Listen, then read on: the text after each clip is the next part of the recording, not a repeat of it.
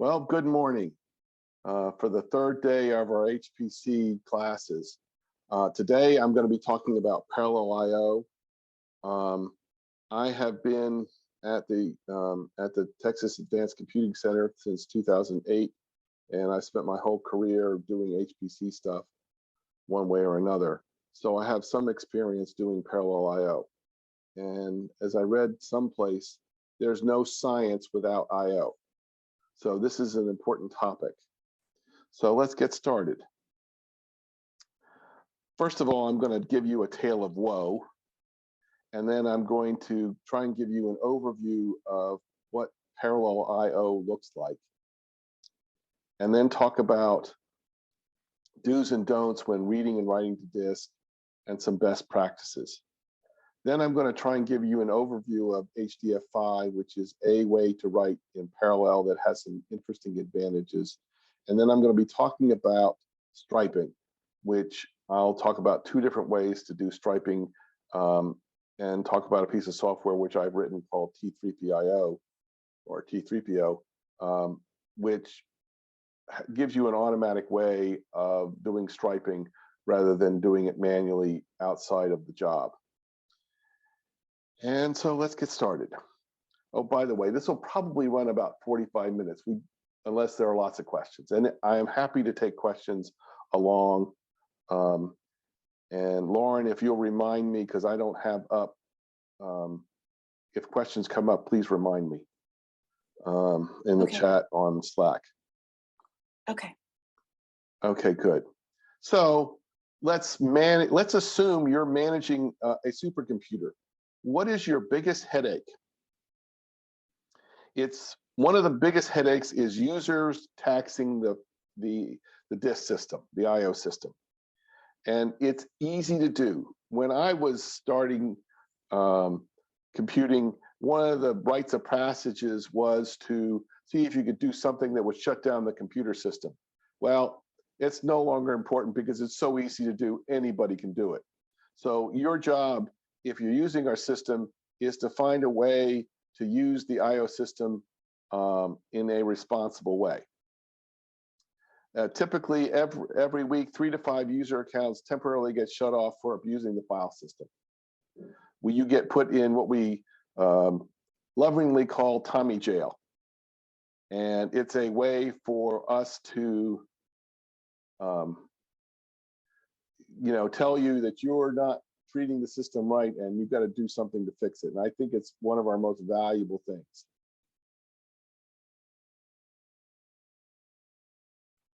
And it's easy to do. So let's talk about what I/O means in the HPC application. So the total execution time is how much time you're spending computing plus communicating plus the I/O time. And many, if not most, programs are optimized for the compute and communicate time, but efficient I/O without stressing this file system or the system is often an afterthought.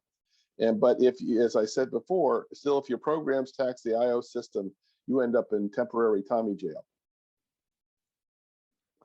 So let's put together a mental, if I can say that word, mental model of how fast things are. Processors have not gotten a whole lot faster in recent years. They used to be doubling in speed every 2 to 3 years, but that has stopped. But the number of transistors continues to double every 2 to 3 years. But the clock speeds are on the order of 1 to 4 gigahertz. Memory is about 6 times slower. And hard disks are about 6,000 times slower than the processor, or about 1,000 times slower than memory. So as you can see, memory is going to only hold stuff temporarily, and once our job is finished, it's gone. So we didn't do anything. We didn't produce anything of lasting value without writing it to disk.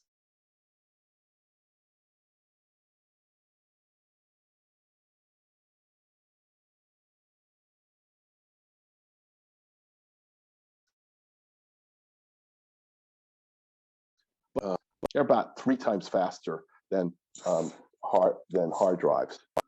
In the old days, you had main memory writing to hard drive, and that worked well enough for a while. But even the old days, the main memory is on one bus, and there's another bus, typically called PCI's buses on, regular PCs. But there's a bus, but still, it's a direct connection from main memory through the processor to the bus and then to hard drives. Okay. Now, the point is that there is a really cool idea called RAID, and RAID used to stand for Randy's amazing, incredible idea, but cooler hails prevailed, and it's now known as a redundant array of independent disks. And it makes possible to have multiple disks acting as one big disk and speeding it up because you can write to each one of these disks in parallel. And so it helps, makes it, n times faster, which is still important. Still not going to make it anywhere close to the speed of memory, but it's a lot faster. And so, but we typically don't see these disks as separate entities. We see them as one big entity of disks. And so there's magic out there that makes it look like our file is on one disk, just like it is on our laptop, but it's really spread across multiple drives. A modern cluster, like our systems and most systems out there, use hundreds of thousands of processors. We're talking on our big systems here, we have close to 500,000 processors available, or cores, and a few hundred disks being talked to, and it's over a network. And there's magic to make this look like there's one disk drive out there. And this is really important. But one of the things I want to point out is, let's go back here. Doesn't really matter here. The point is that you're not the only person on the supercomputer. It's a shared resource, which means all of these disks out here are shared across the 100 or plus users that are using the system at the same time you are. And so that is why you have to manage these disks in a way, because you're sharing this channel with everybody else. It's not like it's your laptop where you're the only one on it. And the magic is there, and I don't care what parallel file system you're using, the concepts are basically the same. The implementation details can be different.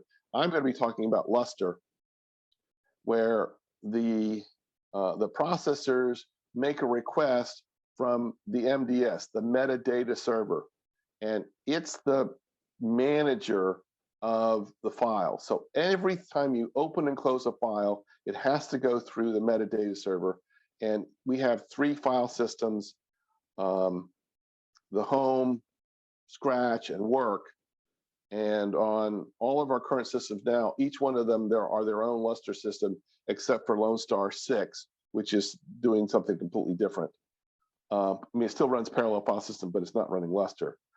But the architecture is generally the same, although the implementation details are quite different. The metadata server is where you ask to open and close a file, and then it says, okay, you can have, hey, I'm opening a file, Robert. You can have OST number 1, 4, and 7, and you write your files there while somebody else is running on 2, 6, and 8.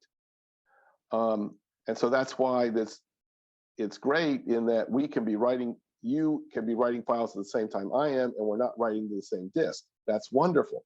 But the metadata server is the one which is doing the coordination. And that's where things get in trouble. So over here is all this traffic, and it has to go into this narrow path to get to disk. So it's like rush hour, and all these cars are trying to get through this little hole, and it's always evening rush hour between memory and disk. So I've sort of mentioned this, but I'll reiterate because it's always good to have concepts told you more than once. The metadata server provides associated storage locations for your files, and the OSTs are where the files are actually stored. And one thing I want to point out is that an OST looks like a single disk to the metadata server, but in fact, the OST is an actual computer we have, which is actually writing.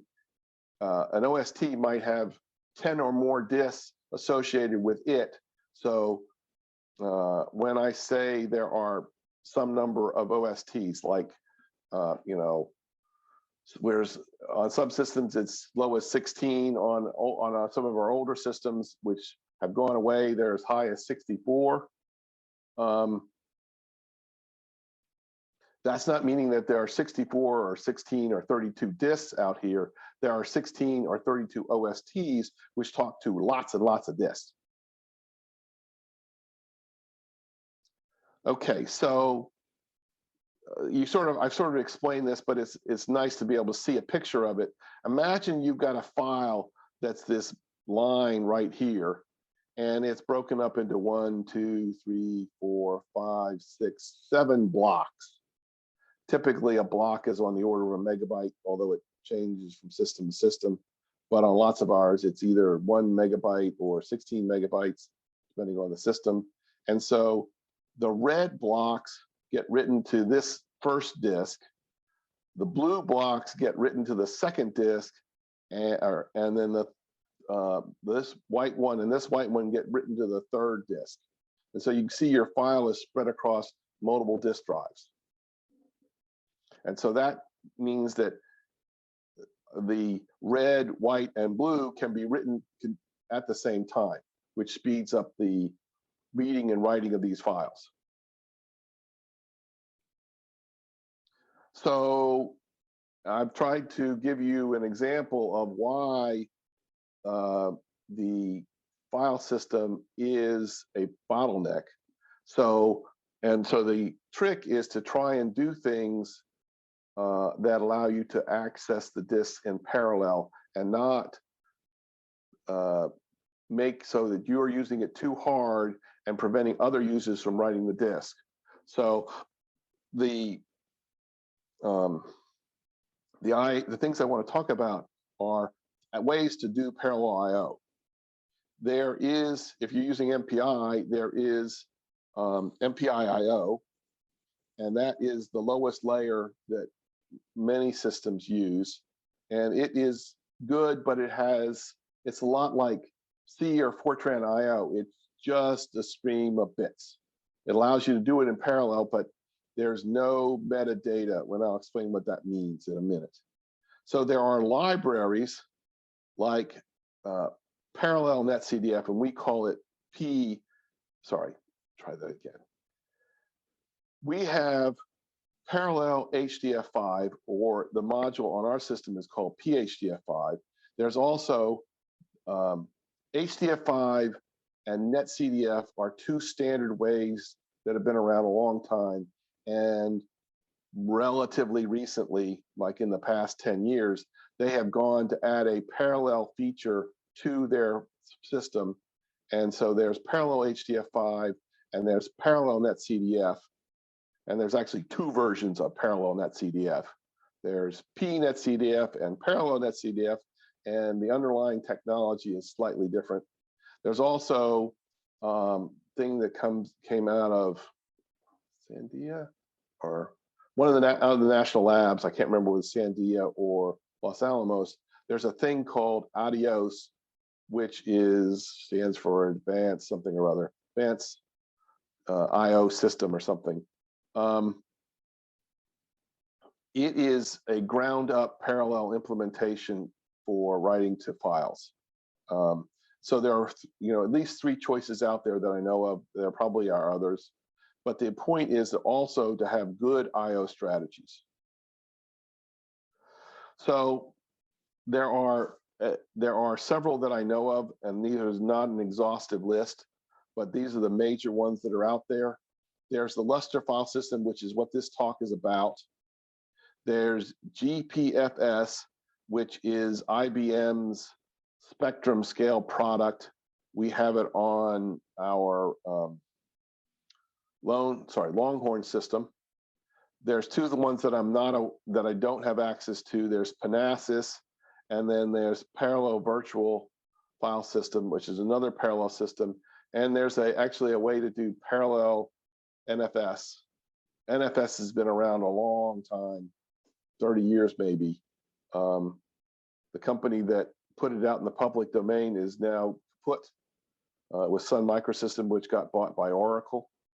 And then there's also BGFS, which is now on our Lone Star 6 system. And I'll have to, next time I give this talk, I'm going to have to modify it to know how to do some of the things we do on Lustre, how to do it on BGFS. But Lone Star 6 is a much smaller system than Frontera or Stampede 2. Each parallel or each Lustre file system has a different number of OSTs associated with it. The greater number of OSTs, the better the I/O capability. And if you want to, on our Lustre file systems, you can run this command LFS space OSTSs, and that will give you the number of OSTs on each system. On Stampede 2, the number of OSTs on home is 4, on work is 24, and on scratch is 66. Frontera is basically the same, but it's a newer system, and so each of the OSTs is more powerful. And we have, on that system, we have Scratch 1, Scratch 2, and Scratch 3. So Scratch 1 has 16, Scratch 2 has 16, and Scratch 3 has 32. So if you're a big parallel I/O user, you can show that you're a big user and request access to Scratch 3.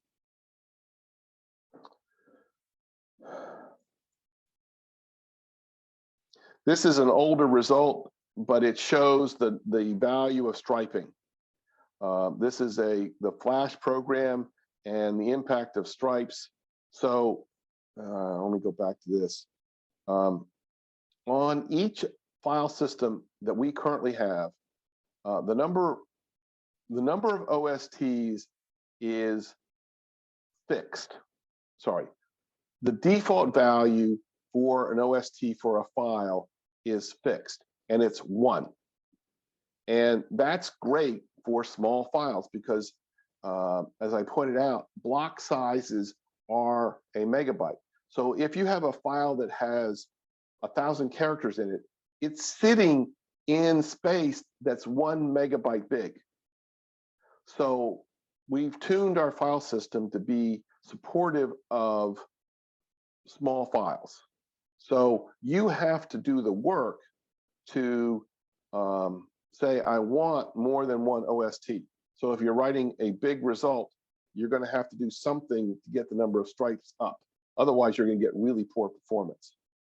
So when this was run, 2 stripes was the default, and you can see that it's taking 500 seconds to do a read, and a little longer than 500 seconds to do a read, and about the same, a little shorter but faster, but still about 500 seconds to write to 2 stripes. Whereas the read and write times go down to about half the number of OSTs, a little over half, 2/3 of the number of OSTs that are available. You get the best performance around that many. And that's what you want to shoot for, is about half to 2/3 the number of OSTs available to you in order to get the best performance. Lauren, have I gotten any questions so far?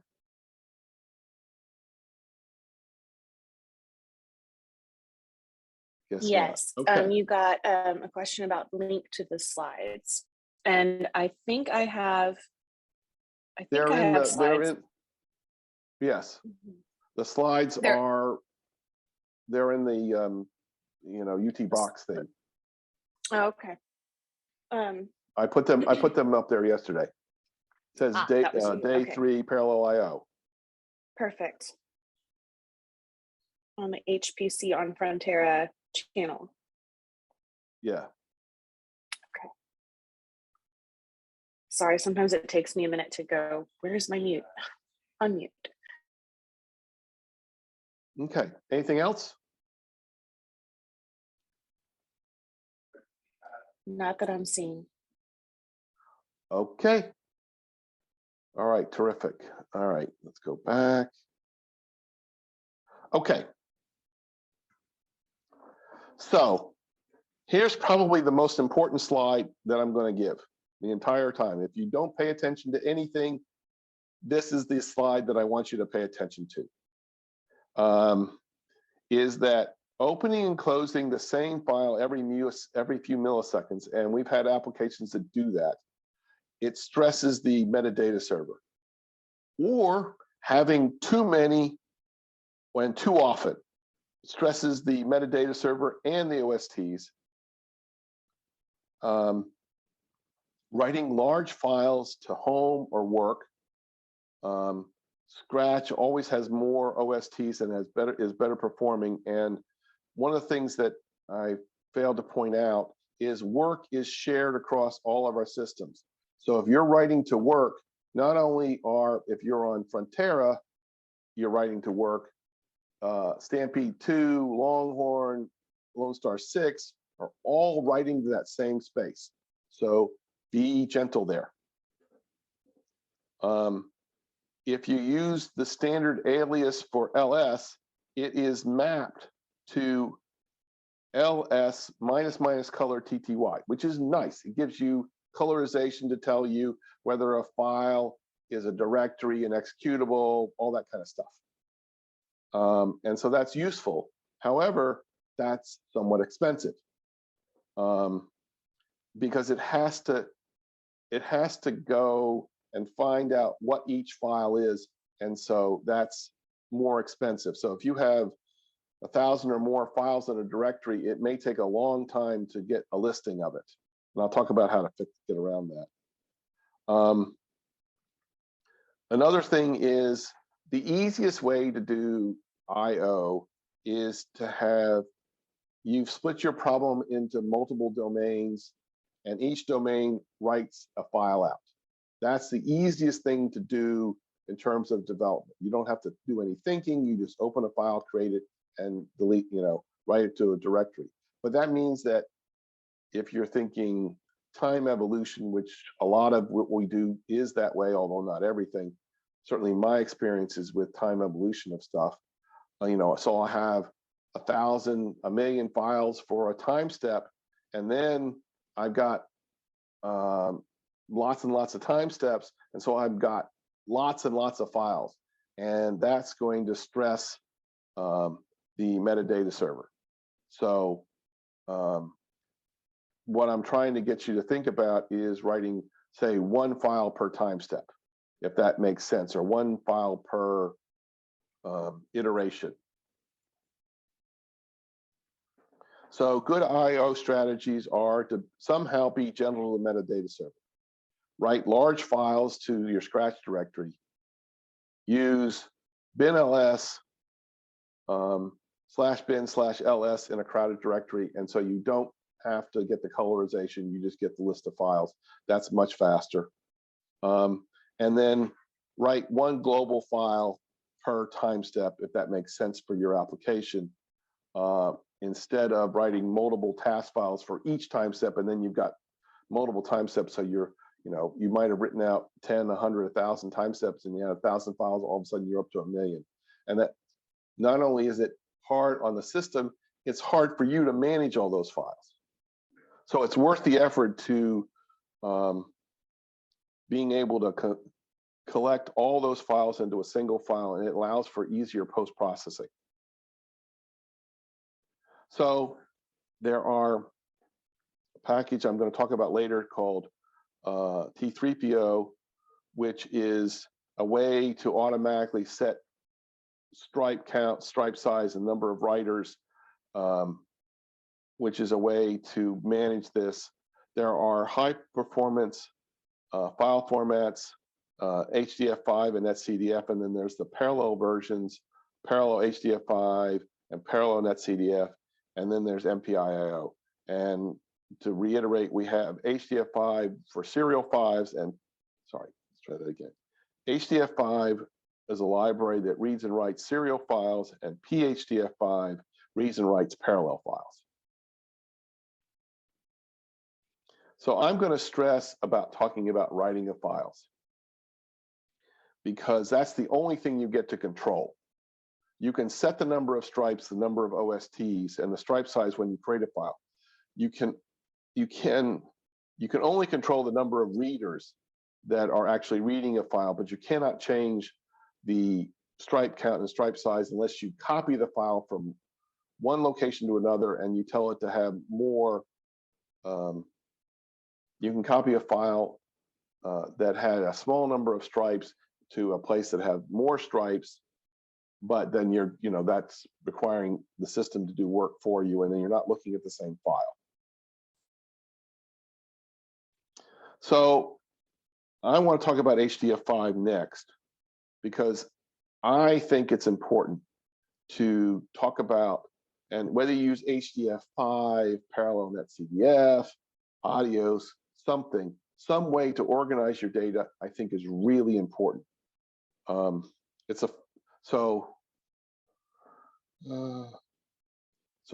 going to talk about what it is, and then I'm going to tell you why it's important, which is probably the wrong way to do it, but that's the way I've got the slide, so let's go with that. So it's a file format, and HDF5 can be viewed as a file system within a file. It sort of uses a Unix-style directory structure. It's a mixture of groups, data sets, and attributes, and any group or data set can have one or more attributes associated with it. So you can say what the physical units are. You can say this is T is temperature in Kelvin or Fahrenheit or whatever. So you can have descriptive stuff related to that, and you can also have descriptive stuff about the actual file. So you can say, hey, this was run on such and such a day, and I was wearing a blue shirt. I find that the metadata stuff is what I think is the key to doing better science, and not having to scratch your head and figure out, how did I create this file?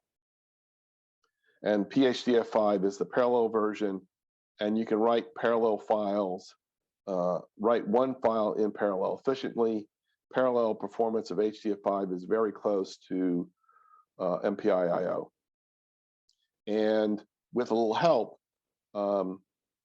Visit and ParaView and TechPlot can read HDF5 files directly, which means you don't have to convert your solution file to some sort of plot file, which also saves time and disk space and all that stuff. So typically, HDF5 files are written to a H5 extension, and H5 dump is a program which will dump the contents of the file. And I'm lying here because the actual data that gets this small file has more stuff in it than this thing shows, but this gives you a flavor of what the output's going to be. And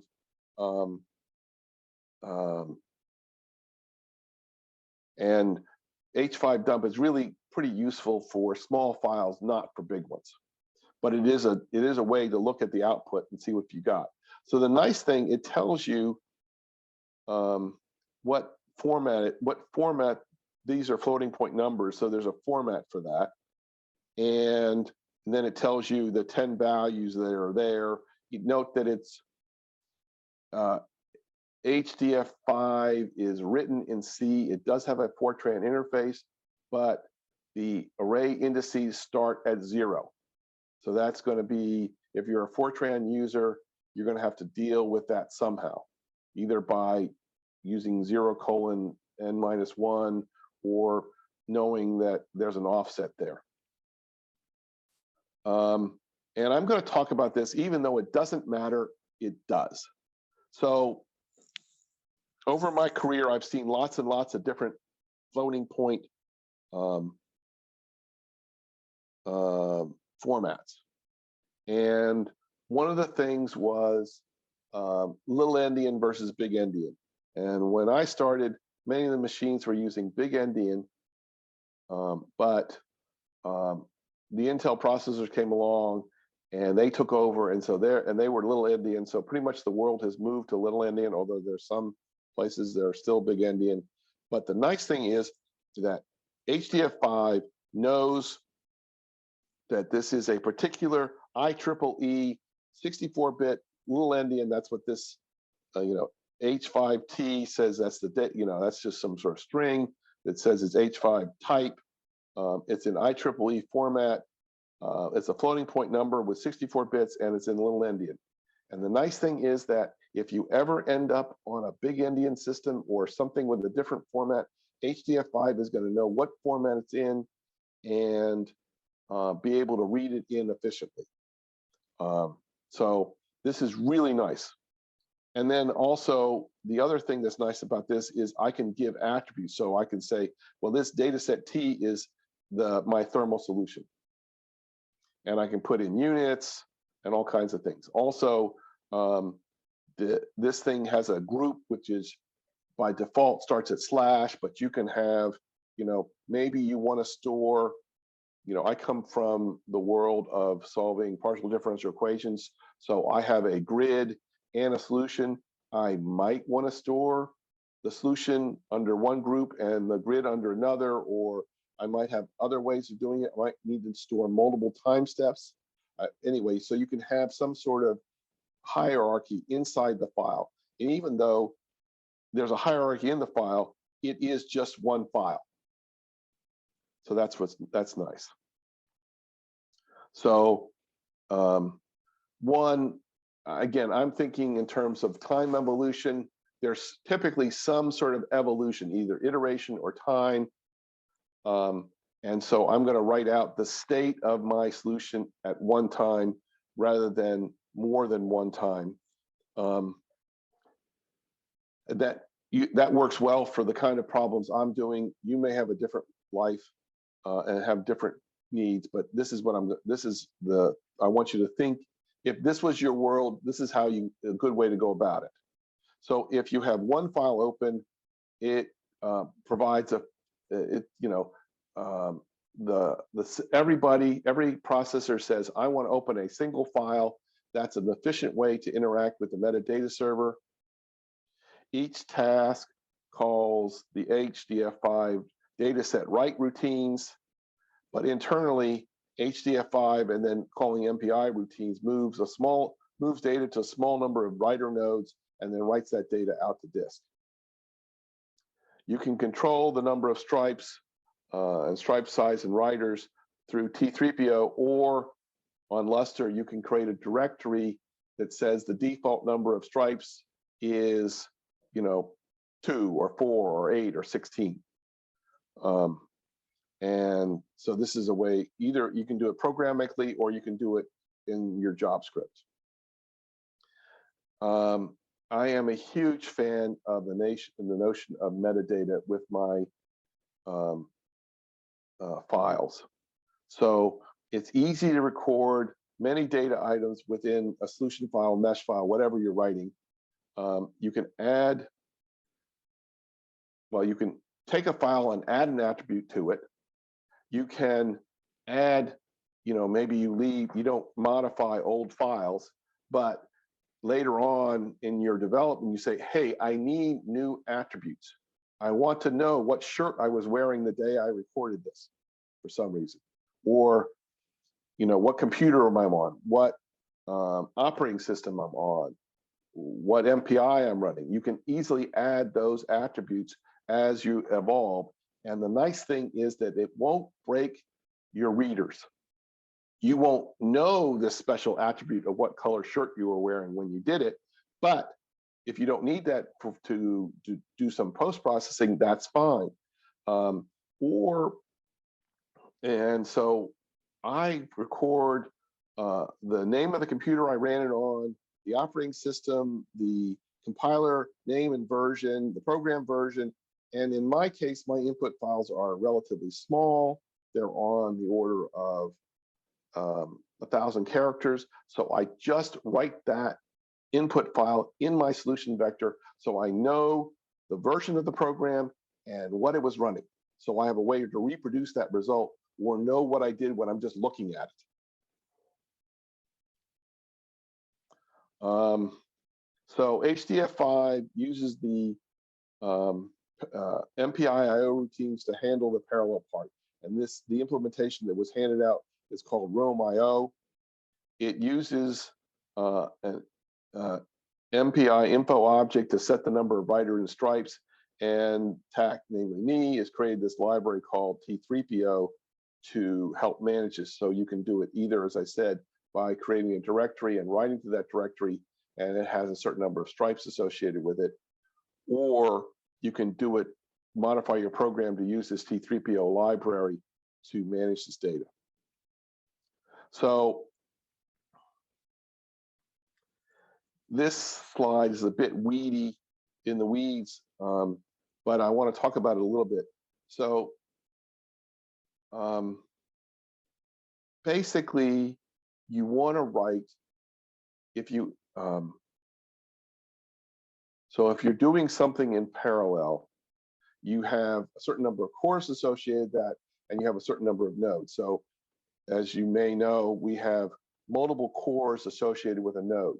So if you count nodes, you want to set the number of writers to be equal to the number of nodes until you've gotten to half the number of nodes. So if you're on Frontera, Scratch 1, you have,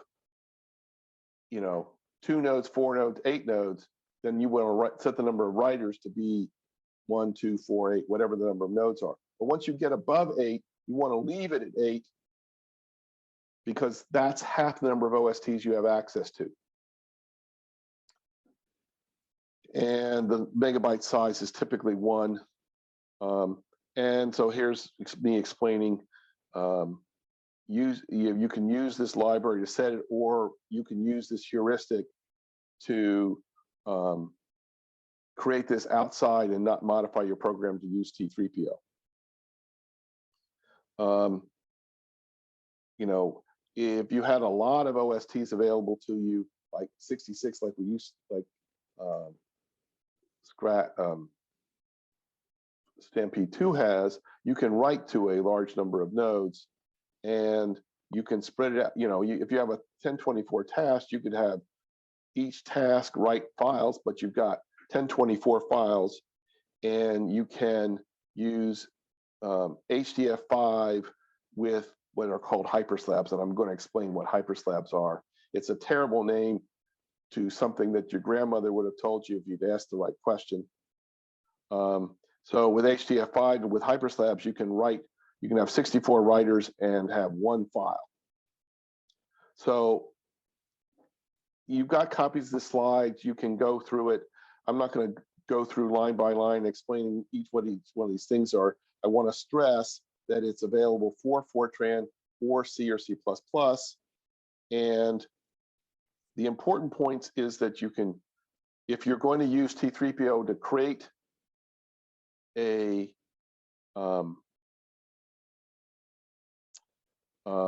create the number of stripes, then you can you create an info object. This is in Fortran, and then you call T3PO, which modifies this info object. And then when you use Hdf5, when you create this thing right here, this is the one command that's in parallel Hdf5, which is not an Hdf5, which tells you you'll be writing in parallel. And once you do that, you're gonna create the file that you're trying to create, and you use this plist ID to tell it that that's the file, and that's how many stripes it's going to have. Now, T3PO is setting hints. So you could try and say, I want 4 stripes on a system that only has 1. You could try and do this on your laptop. And it just says, well, I don't have the juice to do that. And so it's a hint. It won't break if you're running on a place where you can't have access to stripes. And you can do the same thing in C or C++. You create an info object. You tell T3PO to modify. You give it a communicator. You tell it to modify the info object. And then you do essentially the same thing. You create a plist, and then you use this parallel thing to tell it, hey, I'm modifying the info object into this plist thing, and then when you create the file, it knows to use the plist ID and creates the file in parallel. Note that this, if you don't do any of this, then it's going to use whatever the default is for that directory under Lustre. So you can, this will set it to be under Lustre. It'll set it to be anything that's physically possible. You can ask for 1 million stripes, but you won't get them because there's only, say 16 or 32 available. But if you don't do any of this and just create the file normally, then you'll get whatever the default is, and that's why you need to create a directory and open a file in that directory if you want to use a default, a non-1 number, more than 1 stripe. Okay, let's just do that. Yeah. Okay. Well, I'm going a little longer. So I'm going to try and explain Hyperslabs. And for people who are doing grid-based stuff, this makes a lot of sense. If you're using something like vectors and you're splitting your problem up in that way, the one-dimensional layout is essentially the same thing. And so when I talk about unstructured grids, that will also apply to that. But let's talk about 2D or 3D structured grids. So imagine you're in 2D, and so you've got a grid laid out on a plane, and you want to divide it up into blocks, or equivalently, you're a 3D problem, and you've got 3D bricks or 3D shoeboxes, and you're making a union of these. So here's, because it's simpler to draw a 2D picture out, the concepts are the same, but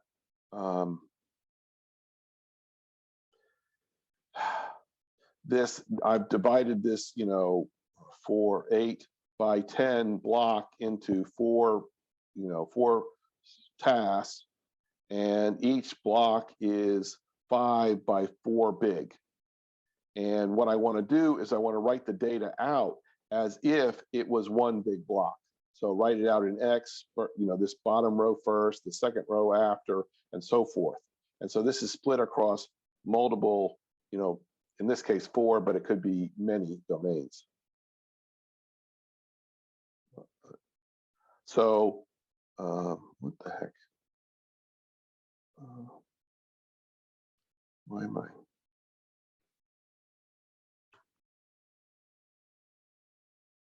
I'm not able to go. There it is.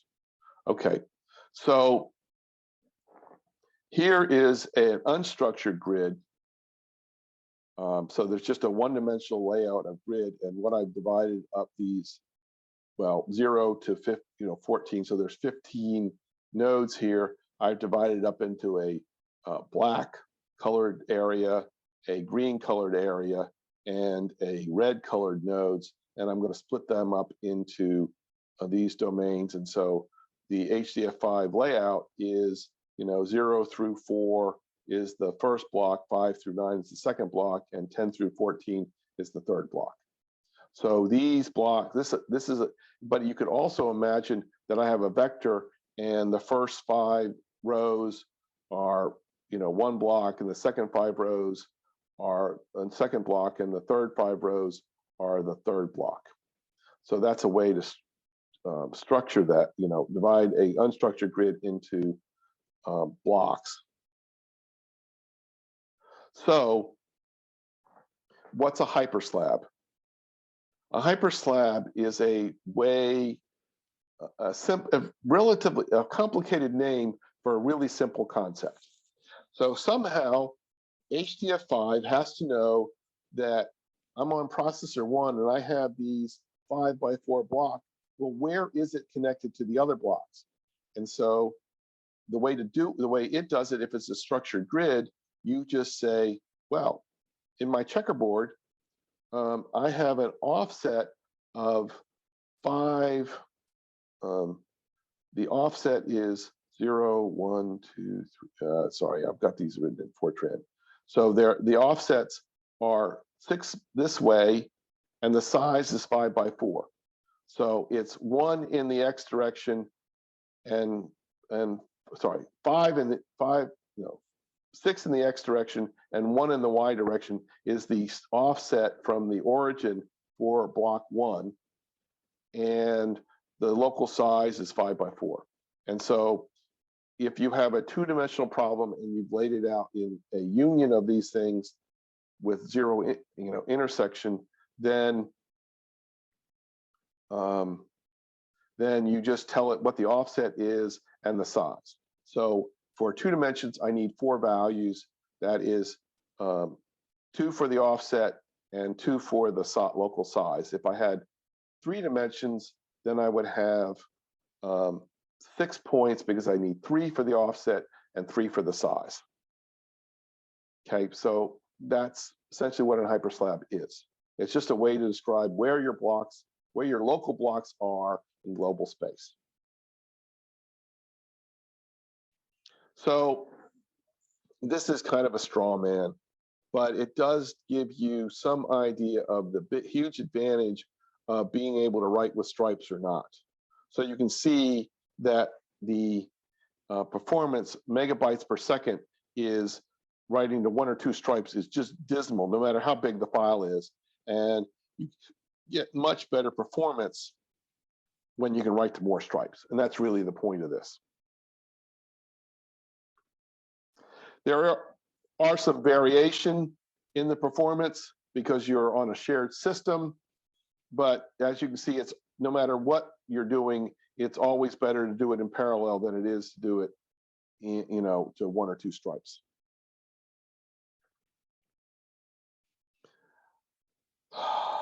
So I converted, 10 years ago, I converted my code to use parallel HDF5, and I'm very happy with the improvement in my I/O performance and also the functionality that it provided. And I found that the best way to learn HDF5 is through the HDF5 tutorial page. What I was not happy about, and still not happy about, is once you get off those tutorial pages, the documentation is really written for people who do this, parallel I/O stuff for a living. It's opaque as hell. But so there are examples out there, and that's the examples that are in the tutorial pages are really good, but they don't go far enough. And I'll give you a place where you can learn more.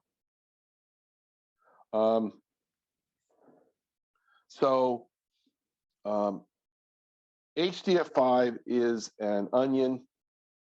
You open it, you tell it you want to do some HDF5 work. You then open a file. You can open a group, open a data set, write a data set, close a data set, close a group, close the file, and tell it you're stop writing to HDF5.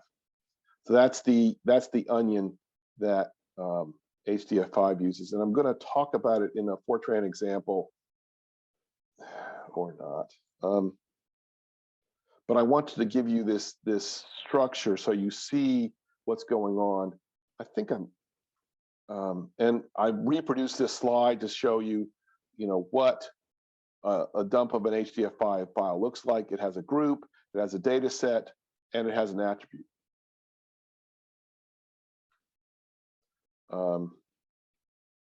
No, I'm not going to talk about that. So this just shows you the various steps. You open up, you tell it, I want to start with HDF5.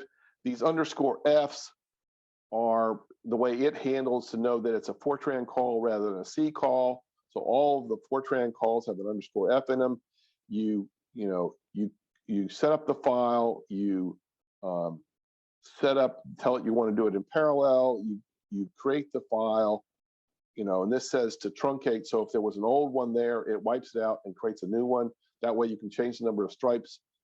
Otherwise, it'll just reopen that file at the beginning and it won't change the number of stripes. And then you can loop over the number of variables, and I'm going to show you that block next. And then you can close the group, close the file, and close Hdf5. What are those last three? H5G says close the group, H5F closes the file, and H5C closes, H5 close says stop the Hdf5. And in the interior, I've got two blocks of this. So one of the things that you have to do is connect. You have to tell it what they use this thing called file space and namespaces, which is how you describe doing the Hdf5. And then you're going to you're going to select a Hyperslab, and then you're going to write out an attribute, write out a data set, close the memory spaces, and then close this data set and finish with the plist. So I know that's going through it quickly, and I don't want to bore you with this. The thing I want to talk about are the H5, the tutorials are here, and they're a good place to start. There's a good, Nix has a good IO tips that reiterate some of the things I've talked about. And then T3PO is the library I've created, which allows you to set the number of stripes under Lustre. And it also has, and the reason why it's worth talking about is that it has a fully worked Fortran example that does a structured grid, and a fully worked C++ example that writes an unstructured grid. So there are two examples, and it's not doing any science, it's just writing out a series of random numbers or ones, I can't remember, but it doesn't matter. It's just writing out a bunch of numbers, but it gives you a way to see a complete example. And for example, the documentation doesn't make it clear, but what you really want to do is write, you have to choose what format your numbers are going to be written in. And the easiest thing to do is just use native format. And it took me a long time to figure that's out. And then the other thing that's a little weird is attributes. Even though attributes only need to be, conceptually, they're only written once, but in fact, in practice, every task is writing out an attribute. So the fully worked example shows you all the little tricks about how to open a file, anyway, all that stuff. So that's a fully worked example.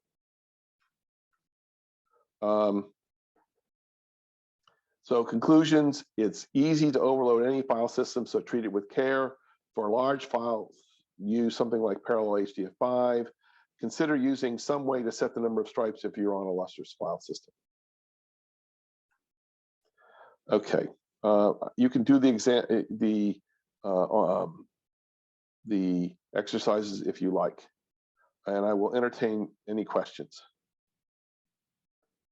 Well, if there's, I guess what I can say is that, I guess the only other thing I'd like to say about choosing a file format is it depends on whether you've got a community out there.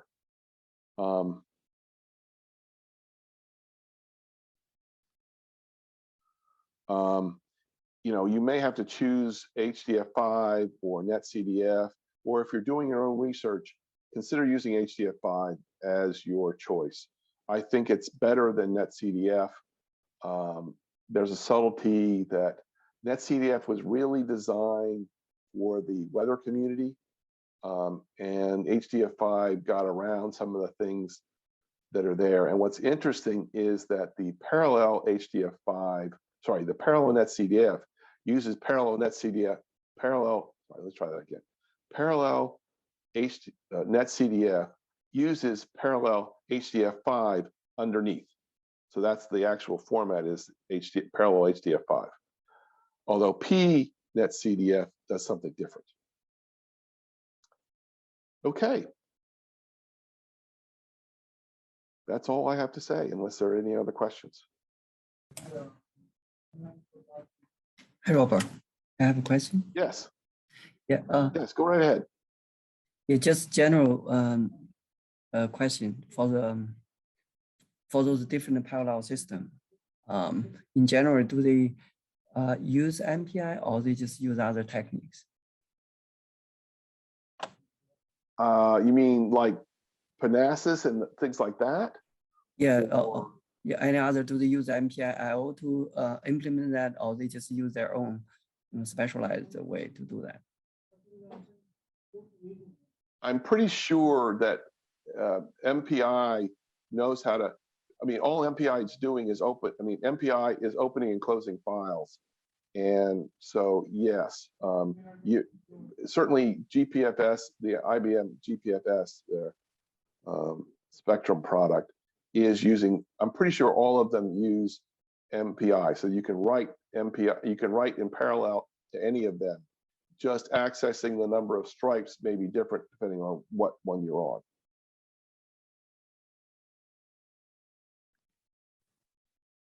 Does that answer your question? For example, the Hdf5, how they were implemented internally, do they have anything related to MPI-IO, or they don't? Well, so HDF5, the non-parallel version just open and closes file. It just does CIO underneath. Parallel HDF5 is writing files through MPI-IO. Oh, okay. Thank you. And the same is true of obviously parallel NetCDF is using HDF5, so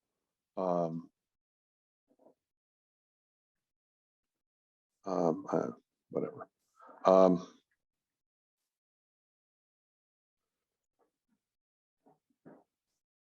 Why can't I go backwards? Anyway, parallel NetCDF is also using MPI-IO underneath. Okay, got it. Thanks. Is there anything else? I have a question. Sure. Yeah. So you mentioned this HDF5 with Lustre. Does that also work with the other file systems, PANFS? Yes. Okay. Yes, it does. Thank you. Because the MPI-IO has it knows about the underlying file system. There are special functions in MPI which knows that it's talking to a Lustre system, GPFS, BGFS. So yes, they all work with, you're not limited to, if Lustre dies out, your files are no longer readable. You're safe from that.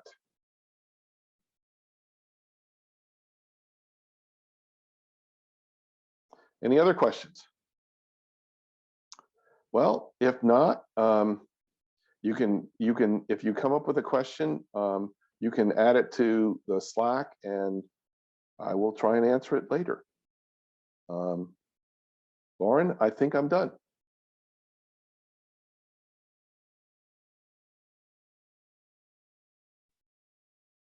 Hi.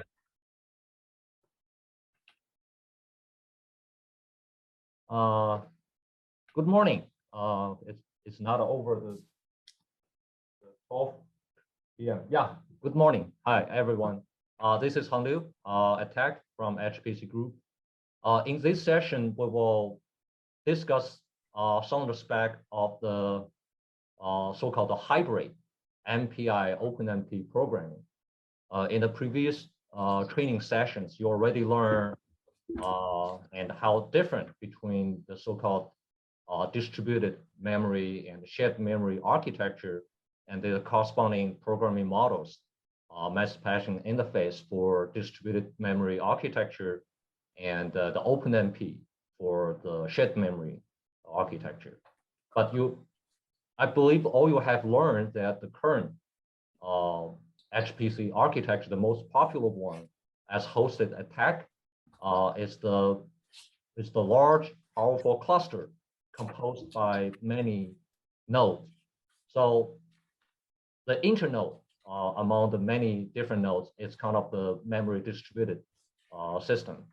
And so many cores and shared memory per node is kind of the shared memory architecture.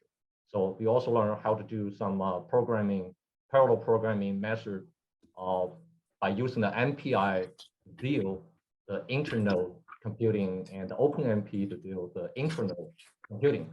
In this session, we will discuss a kind of the new method about how to utilize both the MPI and Openmp programming techniques to use the whole system, both the shared memory and distributed memory together.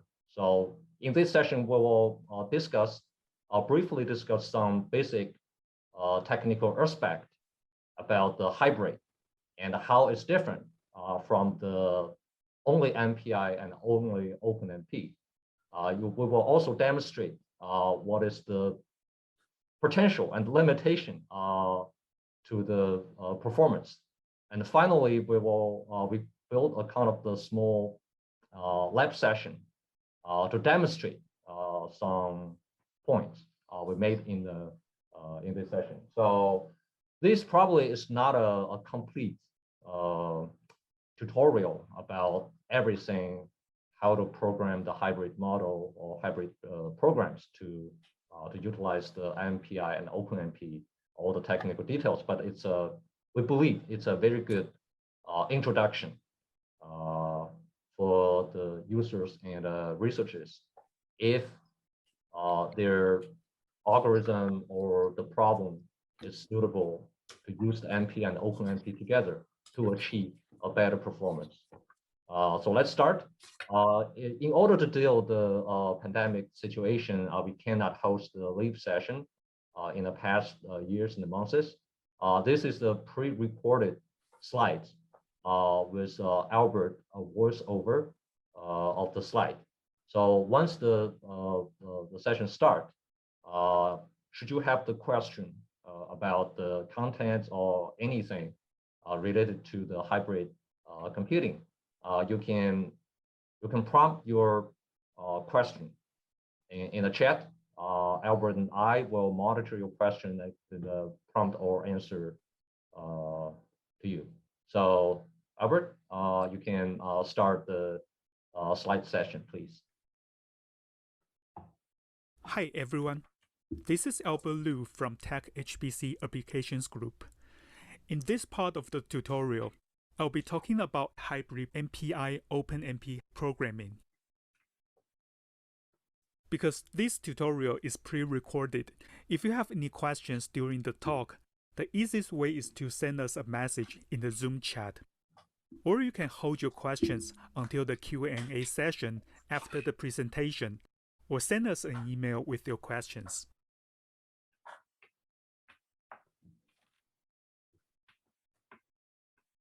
Okay, let's get started with hierarchical parallelism. A large HPC system like Frontera has many compute nodes. Currently, we have more than 8,000 Cascade compute nodes and 90 GPU nodes. The reason we want to build a big computer like Frontera is that we know that a parallel program can take advantage of a large HPC system's capacity by distributing computation over hundreds or thousands of nodes. So the computation time is greatly reduced. When we write a parallel program, one thing that we need to be aware of is the hierarchical structure of a computer system. Frontera Cascade compute node, for example. Each compute node has 2 sockets. Each socket has one Intel Cascade Lake processor, which has 28 cores. So each node has a total of 56 cores. Hyperthreading is not enabled on Frontera, so currently each core can only run one thread. The cores on the same socket share 96 GB local DDR4 memory. They can also access another 96 GB memory on the other socket. This is an example of the so-called Pneuma memory architecture, where Pneuma stands for non-uniform memory access. In this case, we say we have 2 Pneuma nodes. Each Pneuma node has its own local memory. From the table showing here, you can see that accessing local memory has a smaller latency and a higher bandwidth than accessing remote memory that belongs to another Pneuma node. And obviously, it will be even slower to communicate data with another compute node via networks. So when we write a parallel program, we know that the communication between concurrent tasks on the same node is faster and they share memory. It is natural to think about using different parallel strategies respectively for internode and intranode computation and communication. Here in this table, we have 3 levels of parallelism. From internode to intranode to instruction level of parallelization, the parallel granularity is decreasing. The term granularity here refers to the workload of each parallel task. For internode parallelization, the most common method is MPI. For intranode parallelization, we can use methods like the MPI shared memory model, Openmp, pthreads, Shimane, pgas, and so on. For instruction-level parallelization, we use factorization so a single instruction can be applied to multiple data simultaneously. In the following, we will focus on MPI Openmp hybrid programming, which is currently the most widely used hybrid model in HPC applications. Let's first start with the program structure. Here's what a typical MPI program looks like. At the beginning of the program, we use MPI init to start MPI and call MPI finalize function at the very end of the program to terminate the MPI execution environment we created. In between, we can have several MPI calls like MPI send and MPI receive. Now let's take a look at the hybrid case. What does a hybrid MPI Openmp program structure look like? It's actually very similar to an MPI program. But you can see, we call the function MPI init thread instead of MPI init to start MPI with thread support. The same MPI finalize function is used to close MPI. One or more Openmp regions can be created in the MPI region. Here we have only one Openmp region. This makes MPI act like a container for Openmp threads. MPI calls can be made either outside or inside, or both outside and inside of Openmp regions. When we make MPI calls inside an Openmp parallel region, we have to make sure that the MPI functions we use are thread safe. For thread safety, MPI defines 4 levels of MPI thread support. They are single, full node, serialized, and multiple. The level of support is in increasing order, from low to high. Single means only one thread will execute, so the level of thread support is basically the same as using MPI init to start MPI. Full node means the process may be multi-threaded, but only the main thread can make MPI calls. Serialized means the process may be multi-threaded. Multiple threads can make MPI calls, but only one at a time. Multiple means multiple threads may call MPI with no restriction. When we initialize MPI with thread support, there are two integer arguments, required and provided, appears in the MPI init thread function. Required is an input argument, which is the level of support we request, and provided is what MPI actually provides. Both arguments take one of the four levels that we just discussed. If the MPI you use cannot support the level that you requested, it returns the highest level it can provide. It is the programmer's responsibility to decide which level of thread support is required to run the program properly. Here's an example from the Fftw library documentation.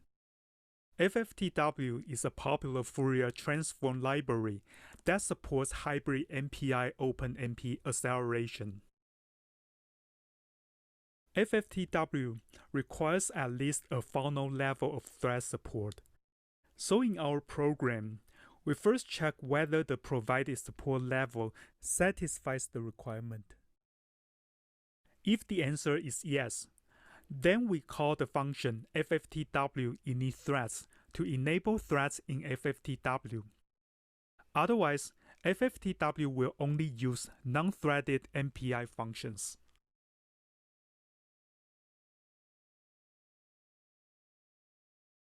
Depending on how MPI calls are made in a hybrid program, it's possible to classify the programs into four distinct styles, which are summarized in this table.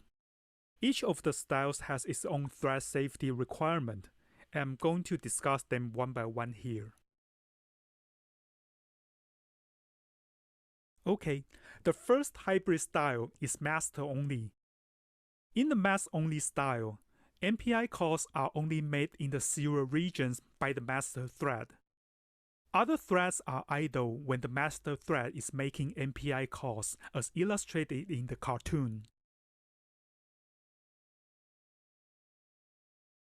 The sample code fragment here is written in C, and you can see that the MPI send function is in the serial region, sandwiched by two Openmp parallel regions.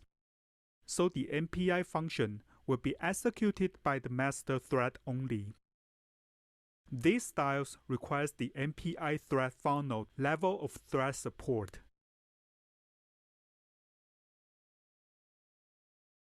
The main advantage of this style is that the code is simple to write and maintain. Also, Openmp enforces data synchronization at the end of the first OMP parallel region and at the beginning of the second OMP parallel region. So no need for extra synchronization steps for making the MPI call.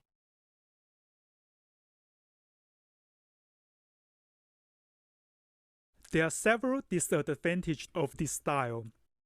First, when the master thread is making MPI calls, other threads are idle, so the parallel efficiency is reduced. Also, the data locality is poor for the master-only style. When unpacking data into or from MPI buffers, all communicated data must go through the cache where the master thread is executed. This will cause many cache misses and therefore introduce an additional latency penalty. Since MPI calls are made outside the OMP parallel regions, we are not able to overlap inter-process and inter-thread communication. And every time you do OMP parallel, there will be overhead. The overhead is of the order of a few microseconds, which is comparable to sending a 10 kilobyte message between nodes. It will definitely hurt the performance if the parallel region is open and closed too often. The second hybrid style is funneled. In the funnel style, MPI calls are made in the OMP parallel regions by the master thread. Other threads are still active when the master thread is making MPI calls, as illustrated in the cartoon. An outline of code in the funnel style is showing in this code fragment. You can see that we use OMP master directive, so the MPI function here will be executed by the master thread only. And we use OMP barrier before and after the master region to explicitly synchronize the threads.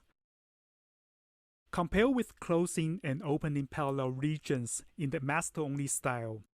Using OMP barrier to synchronize threads is less expensive. You can place MPI calls inside OMP single instead of OMP master. When using OMP single, MPI calls are made by one of the threads. It can be any thread, including the master thread. Because there's an implicit barrier at the end of the OMP single construct, unless a no-wait clause is specified, you don't need another OMP barrier at the end of OMP single to synchronize threads. A thread level of MPI thread serialized is required for this model.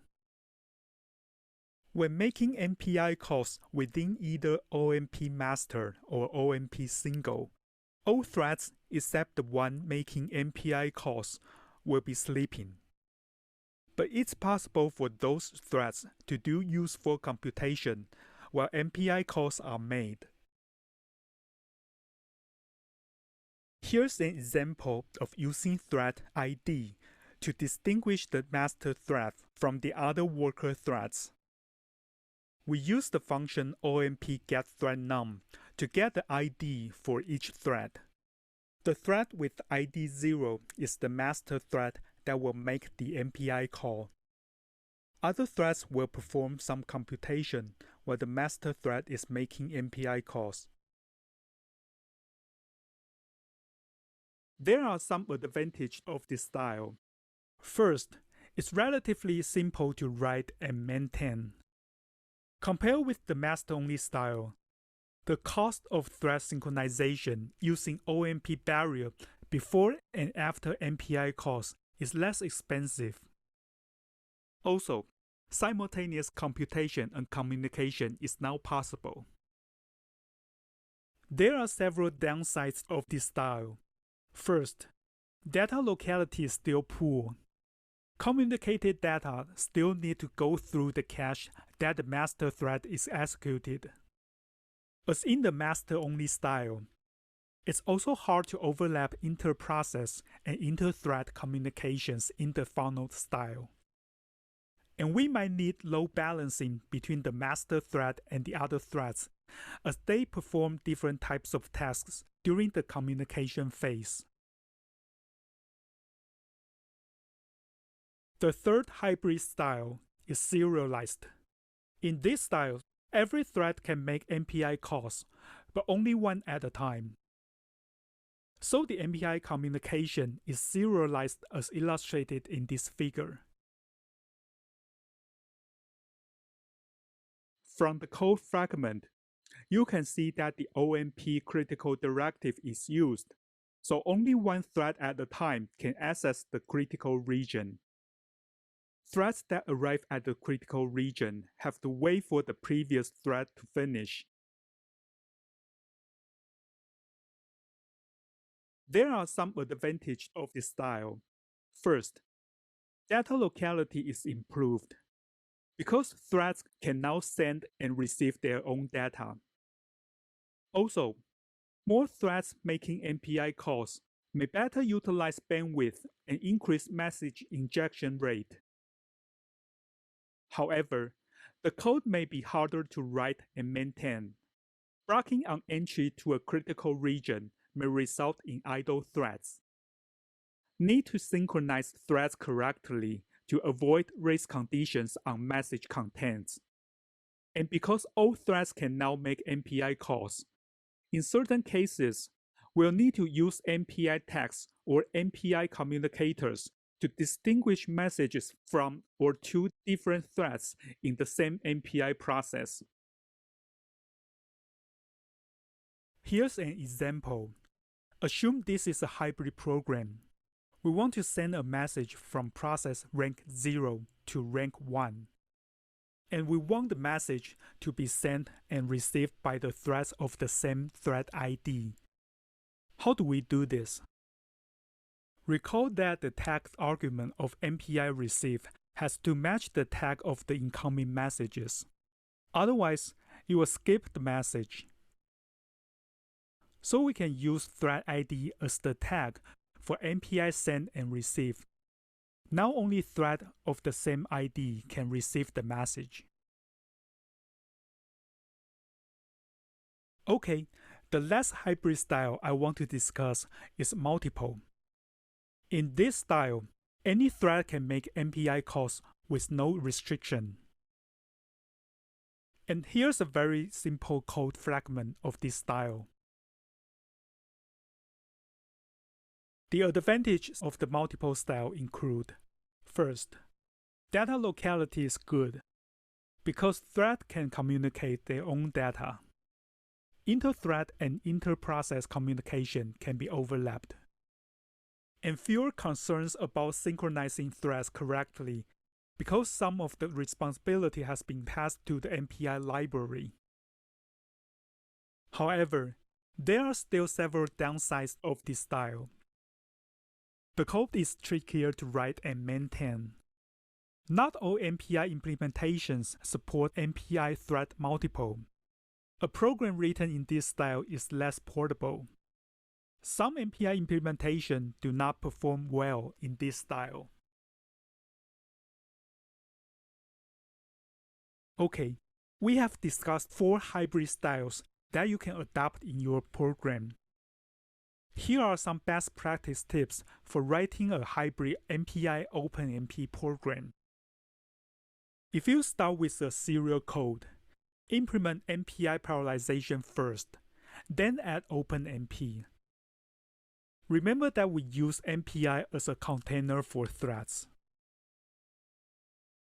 Use profiling tools to find hotspots in your MPI program. If possible, use Openmp to parallelize the code in the hotspot region. The simplest and least error-prone way is to make MPI calls outside OMP parallel regions. This is the master-only style we just talked about. And funnel style is usually the best choice if the code needs to make MPI calls within OMP parallel regions.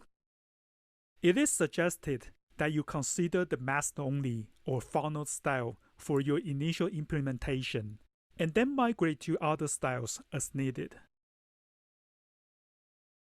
Overlapping communication and computation for better performance, although this may not be easy for all the cases. Okay, to set up and run a hybrid program, we first use MPI compiler with Openmp option to compile the code. For Intel compilers, use QOpenMP to enable threads. For GNU compilers, use FOpenMP instead. To run the program, we set the number of nodes and tasks per node we want to use. We can specify the numbers when we start an IDEF interactive session on text machine, or set the numbers in a Slurm job script. Here in this example, we want to run 4 tasks on 2 compute nodes. To specify how many threads to use for each MPI task, we set the environment variable OMP num_threads to the number of threads we want to use. If needed, we can also set the MPI and Openmp Affinity to optimize the performance. The default setting is often good enough for general usage. But sometimes you still want to experiment a bit with the affinity setting to find out the best one. We'll talk a little bit more about affinity and performance in a moment. Okay, when everything's ready, we run the program using the command ibrun if it is on text machine. ibrun will use slurm environment variables to determine how many nodes and MPI tasks you want, and use the information to launch the job.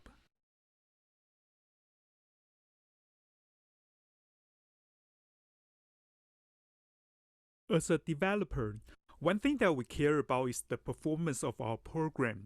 The figure here illustrates typical performance curves for a pure MPI version and a hybrid MPI Openmp version of the same code.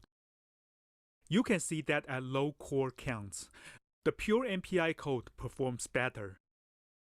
At some point, the pure MPI code no longer scales well with the number of cores and underperforms the hybrid version.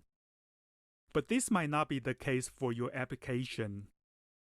It's also possible that the optimal performance occurs before the crossover point.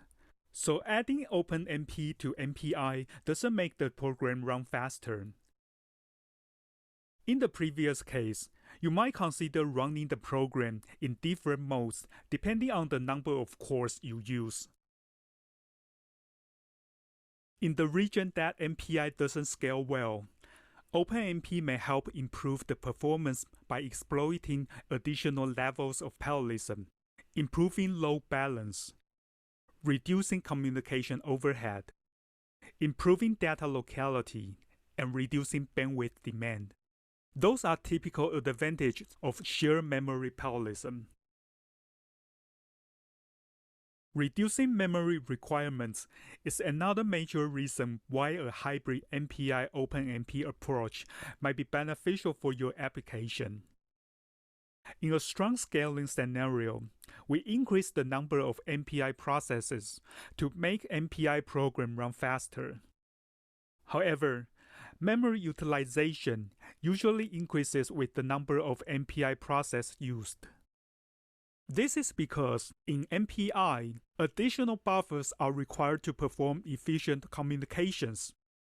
Also, some data may be replicated between processes, so the total memory consumption increases with the number of MPI tasks.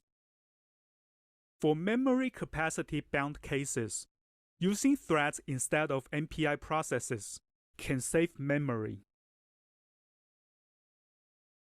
Here's an example of 2D spatial decomposition. We want to decompose the data into 4 subdomains and assign each subdomain to a CPU for some computation work. A boundary layer known as the halo is included with the subdomain data, so there's no information loss at the edges of each subdomain. You can see that the total data size increased because of having halos. A 24 by 24 2D data showing here. If you just have one domain, adding one layer of the halo will increase the data size by 17.3%. The number increases to 36.1% if you have 4 subdomains, and 77.8% if you have 16 subdomains. Let's assume we only have 16 cores, and the memory available on the node only allows 4 MPI tasks. That means all 12 other cores are not used. In this case, if the program supports hybrid mode, you can have 4 threads per MPI process, so all 16 cores will be used. Now let's dive into the concept of memory hierarchy and data locality a bit deeper, since data locality can have a great impact on the performance of our hybrid code. Here we have a graphical display of the system topology from the command lstopo. You can see that the Frontera compute node is divided into 2 Pneuma nodes. Each Pneuma node has 28 cores. Each core has its own L1 and L2 cache memory, and the cores on the same socket share a 39 megabytes L3 cache and 96 gigabytes local memory. As mentioned earlier, the cores can also access the memory on a different Pneuma node with higher latency and lower bandwidth. Modern CPUs have a hierarchy of multiple cache levels. Cache memory is a chip-based component used by the CPU that makes retrieving data from the computer's main memory more efficient. A cache is a smaller but much faster type of memory that acts as a buffer between the main memory and the processor core. It holds frequently requested data and instructions so that they are immediately available to the processor core when needed. For Intel's Cascade processor, each core has its own local L1 and L2 cache. The L3 cache is shared by the cores on the same socket. From the data access latency values shown here, you can see that accessing the data on the L1 cache is much faster than accessing the data on the other levels of memory, especially the main memory. It's almost 60 times slower than the L1 cache. The same trend is observed in the memory bandwidth. The closer to the core execution unit, the higher the bandwidth. Fast memory is usually much more expensive to make. The storage capacity of each level of memory also reflects the cost. Each Cascade core has 32 kilobyte L1 data cache. It's way smaller than the RAM capacity. Because the size of the cache memory is small, we have to use it wisely. We want to reuse the data on the fast cache as much as possible. The principle of locality says that programs tend to reuse data that were recently used, or use data near those they have used recently. A well-written program tends to exhibit good locality with higher cache utilization rate. Good data locality also helps reduce bandwidth demands because it reduces the traffic of moving data between caches and the main memory. Managing cache and memory utilization are important, especially when we have multiple tasks running simultaneously. Concurrent tasks will compete for shared memory capacity and memory bandwidth and can have a great impact on the overall performance. The table here summarizes the latency of accessing data on the cache memory, local and remote Pneuma memory, and the data on a different compute node. You can see that the latency of data access increases with the distance between the data and the core that uses the data.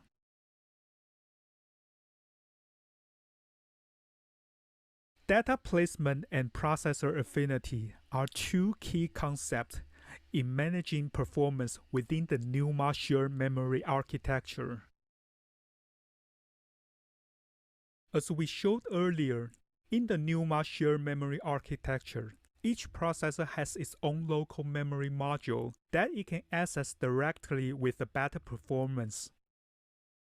Linux default data placement policy is first touch, where memory is allocated on the same Pneuma node as the process or thread that first accesses a memory page. So for example, if we initialize data using only one thread, then all the data will be stored on the memory local to that thread. However, the data may be accessed later by other threads that are not in the same Pneuma node. This can cause bandwidth contention if multiple threads try to access the data at the same time, and the performance overhead also increases because of the high remote access latencies.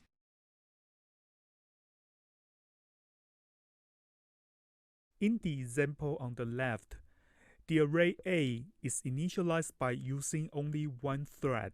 Array A is later accessed by multiple threads in the Openmp parallel region. Because of the first touch policy, Some data may not be local to the threads that access it. To improve memory locality, the code on the right uses the same parallel pattern as during data usage to initialize the array. Processor affinity refers to the persistence of associating a thread or process with a particular processor resource. A given thread or process will execute on its assigned core for some period of time before being swapped out of the core to wait by the operating system scheduler. If the process is later migrated to a core on a different processor, the data stored earlier becomes remote and memory access becomes much slower. So it's important to set affinity when running a hybrid program. In the following, I'll briefly discuss how to set affinity in MPI and Openmp respectively. Okay, MPI implementations have their own affinity tool. Intel MPI, for example, you can use this environment variable, MPI pin domain, to specify how MPI processes pin to sets of CPUs. The argument size is the number of logical CPUs in each MPI domain. Its default value is auto, which sets the size to the number of logical CPUs divided by the number of MPI processes. If you want the domain size equals to the number of OMP thread per MPI process, you use OMP. You can also set the size argument to a number. The argument layout is used to specify the ordering of domain members. Its default value is compact, which makes domains as close to each other as possible in terms of common resources such as cores, caches, sockets, and so on. Scatter is the opposite. It makes the domains as far away from each other as possible. In this example, we have two sockets. Each socket has 8 logical cores. Each L1 and L2 cache is shared by 2 logical cores. Here the domain size is set to 2 and the layout is compact. 4 MPI processes are running on this node. You can see each MPI domain contains 2 cores, and because the layout is compact, domains are as close to each other as possible so they can share the L3 cache. However, if we set the layout to scatter, domains are as far away from each other as possible. Now each L3 cache is shared among 2 rather than 4 MPI processes. Fewer MPI processes compete for the shared L3 capacity. This may improve the performance if L3 capacity is a bottleneck. To check the current MPI process binding, we set the environment variable MPI debug to 4. When we run the program, you'll find process binding information in the standard output. You can see which MPI process pinned to which sets of CPUs as shown in this example.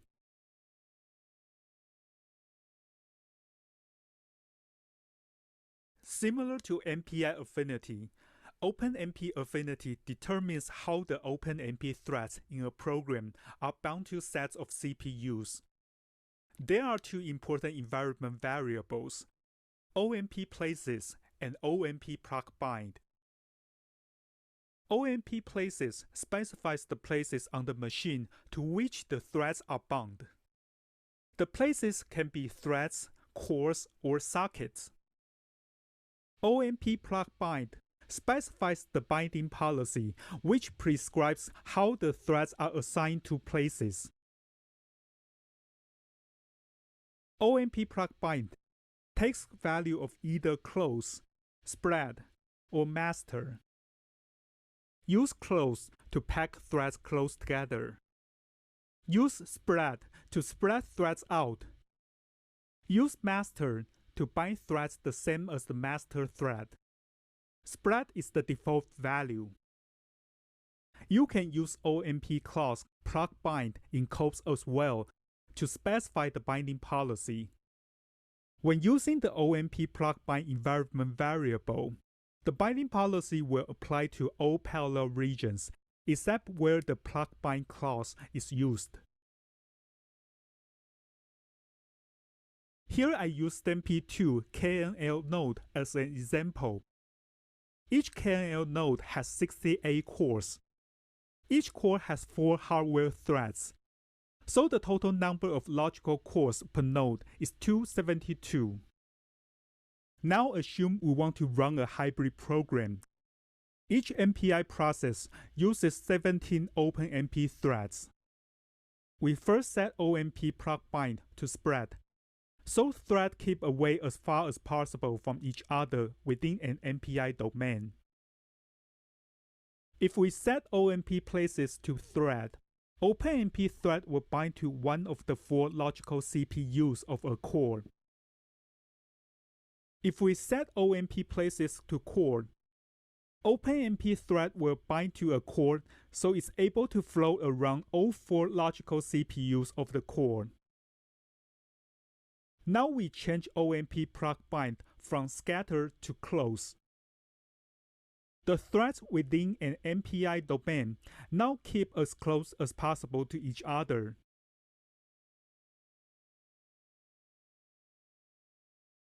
Here we summarize all 4 possible combinations, with OMP plug bind being either close or spread, OMP places being either cores or threads.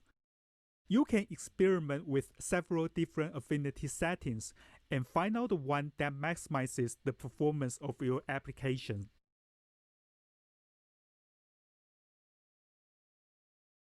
Openmp provides an environment variable, OMP display env. You can set its value to 1 or true to display the current setting of some OMP-related environment variables, such as OMP places and OMP plug bind, that are used to control thread affinity. Another use for environment variable, OMP display affinity. You can set its value to 1 or true, so when you run your Openmp program, it will print out some thread affinity information as what's shown here. You can customize the output format using the variable OMP affinity format. On text systems, you can use Amask to display the current MPI and Openmp affinity setting for your hybrid application. Details for using Amask have been discussed in our Openmp tutorial. You may refer to the tutorial slides or the Amask online documentation for more information.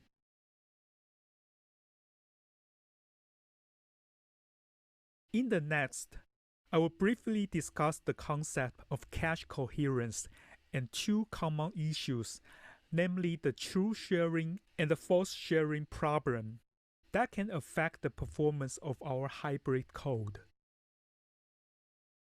As discussed previously, in a multiprocessor system, each core usually has its own cache. The term cache coherence refers to the problem of keeping the data in multiple local caches consistent. The problem arises when one of the cores updates its local copy of data which is shared among multiple caches. Keeping cache coherent takes time and consumes bandwidth. Here let's start with one CPU.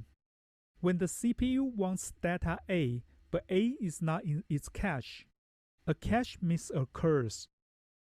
Then the CPU looks for A in the main memory and loads it to the cache when A is found. Now A is in the cache, so the next time the CPU requests data A, a cache hit occurs.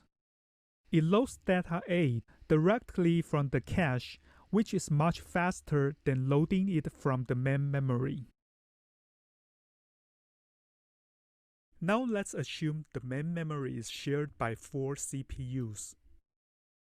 When CPU 1 reads data A, it gets a copy of A in its cache. Later, CPU 4 also reads data A and gets a copy too. Now if CPU 4 updates the value of A, it will send out a signal to invalidate all other copies of data A. Finally, CPU 4 broadcasts the new value of A to update the copies of A that have been invalidated. Now all copies of A becomes consistent again. If CPU 1 also wants to change the value of A, it must wait until the update is finished. This situation is called true sharing, because in this case, both CPU 1 and CPU 4 share and access data A. True sharing causes data contention and can become a problem when having frequent writes to shared variables. Here in this example, we have a for loop and the value of A is updated in each iteration. You can imagine that if we parallelize this loop directly with multiple threads, each thread will try to update the value of A and causing data contention. We can use OMP atomic directive to avoid data contention, but we know that using atomic directive will result in a serialized rather than a parallelized execution. The right way to do this is to create a local variable temp for frequent updating within a thread. Then we sum up the values of temp to get the final result. Openmp has an efficient reduction clause that you can use to parallelize the same problem. There's another situation called false sharing that can happen easily but hard to detect. Data transfer between the cache and the main memory is in blocks of fixed size, also known as the cache lines. The size of a cache line is typically 64 bytes, which you can check using the command getconf. So two CPUs can have the same data in their own cache line, even though the data they use are different ones. In the example shown here, CPU 1 and CPU 4 cache the same set of data in their cache line. But CPU 1 and CPU 4 access a different element of data in the cache line. When CPU 4 updates one of the data in the cache line, it invalidates the whole cache line that CPU 1 has. This is not a true sharing situation because CPU 1 and CPU 4 access different data in the cache. Here I want to show an example of false sharing. In the program, I create two arrays of doubles, A and B. A is a big array and B is a small one. The size of B is equal to the value of the variable named padding. In the main part of the code, we have an Openmp parallel region in which we have a for loop. In the loop, we double the value of each element of A and add a number to the first element of B. In the following, we are going to run the code using 1, 2, and 4 threads respectively. Different threads accumulate their result in different elements of B as illustrated in this figure. Because the size of A is fixed, the workload of each thread is inversely proportional to the threads count. So the ideal speedup is equal to the total number of threads used. We will run 3 sets of tests with padding size ranges from 1 to 16. The table here summarizes the size of array B for each case. The color-filled squares indicate elements in array B which are updated during each iteration of the loop. Here's the result for the one-thread case. you can see that the execution time of the program is almost constant with respect to different padding sizes. How about using 2 threads? Well, you can see the program becomes slower when padding size is less than 8. Why? Recall that the size of cache line is equal to 8 doubles. When the padding size is 1, the 2 elements in array B shown here will be in the same cache line, and therefore results in a false sharing situation. As we increase the padding size, you can see the execution time doesn't change much. However, the runtime suddenly drops when the padding size is 8. Now the 2 elements in array B are in 2 different cache lines. And the execution time barely changes as we increase the padding size further. The data of the case using 4 threads looks a little bit complicated, but we can still use the same way to analyze the result. Okay, when the padding size is 1, all 4 elements in array B can fit in 1 cache line. When the padding size is 2, the performance got worse.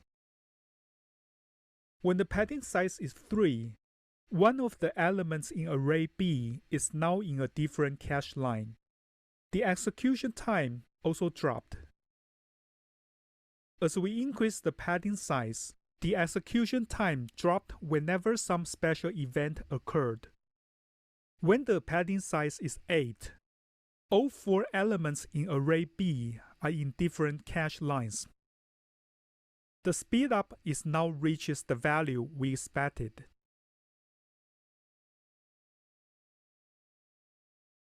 From this example, it is clear that false sharing can have a great impact on performance, but it can be difficult to detect. There are several strategies that can be used to mitigate the effect of false sharing. First, watch out for sequentially declared variables, because they may be land on the same cache line and share among multiple threads.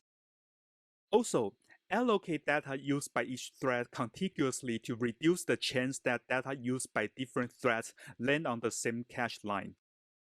Similarly, choose chunk size that is multiple of cache line size. Also, spreading data or adding a dimension to an array so each thread has its own cache line. And of course, we can reduce cache reuse. It will increase memory bandwidth but reduce cache coherence traffic. But reducing cache reuse can have a negative impact on performance as well. Perf is a lightweight performance analyzing tool in Linux. It provides access to the performance monitoring unit in the CPU. The command perfstat-d gives you a detailed summary of CPU counter statistics like the one shown here. You can find cache misses data in the summary as well. There are several tools that you can use to analyze the performance of your program. We'll discuss them in the next session of the tutorial.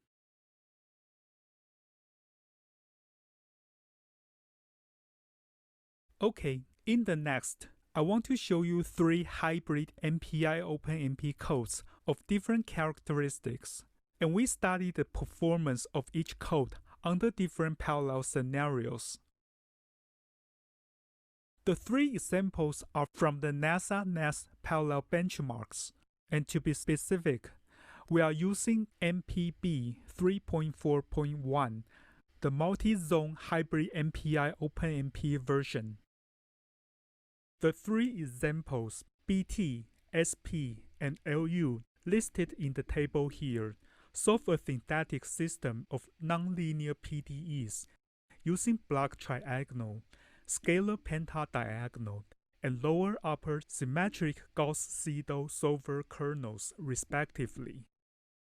Those benchmarks are derived from the computational fluid dynamics applications. There are several problem classes.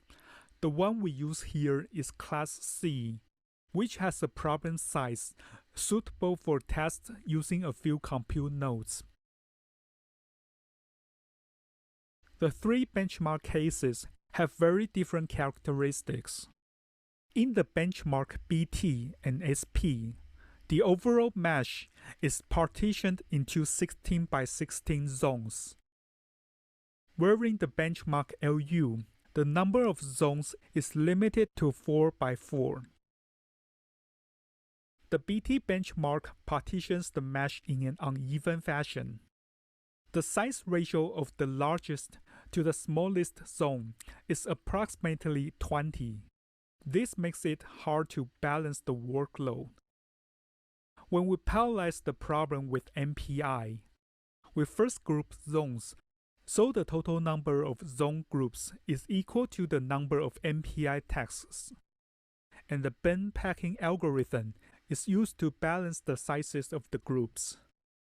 We can expect to have a better workload balance when the number of groups is much smaller than the number of zones. However, using fewer MPI tasks will of course reduce parallelism, so Openmp is utilized to further parallelize the code and maintain the amount of parallelism. The SP benchmark, on the contrary, partitions the mesh into zones of equal size, so there's no workload imbalance on the MPI level. Its performance can easily scale to a large number of processors even without utilizing fine-grained parallelism. The LU benchmark also partitions the mesh into zones of identical size, so there will be no workload imbalance on the MPI level. However, there are only 16 zones, so the max number of MPI tasks we can use is 16. So we use Openmp to increase the level of parallelism. The procedures of solving PDEs in the three benchmarks are summarized in this flow chart. We first set up zones and initialize the solutions. Then the time integration is carried out by a time-stepping procedure. In each time step, boundary values are exchanged between zones, and then we apply the solver to solve PDEs. At the end of the calculation, we verify the results by computing the residual and error of the final solution. In the hybrid MPI Openmp version of the benchmark codes, zones are clustered into groups. Each zone group is assigned to an MPI task. Within each zone, Openmp is used to parallelize the loops in the solver codes. The code shown here is from the BT benchmark, and this is the main time step loop that we mentioned previously. You can see in each time step, we first call the subroutine exchange QBC, which exchanges boundary values between zones using MPI. Then we have a loop over zones, and for each zone, we call the subroutine ADI, which is basically a bundle of solver functions. Let's have a look at the first solver function, compute right-hand side. You can see Openmp is used to parallelize the do loops in the function.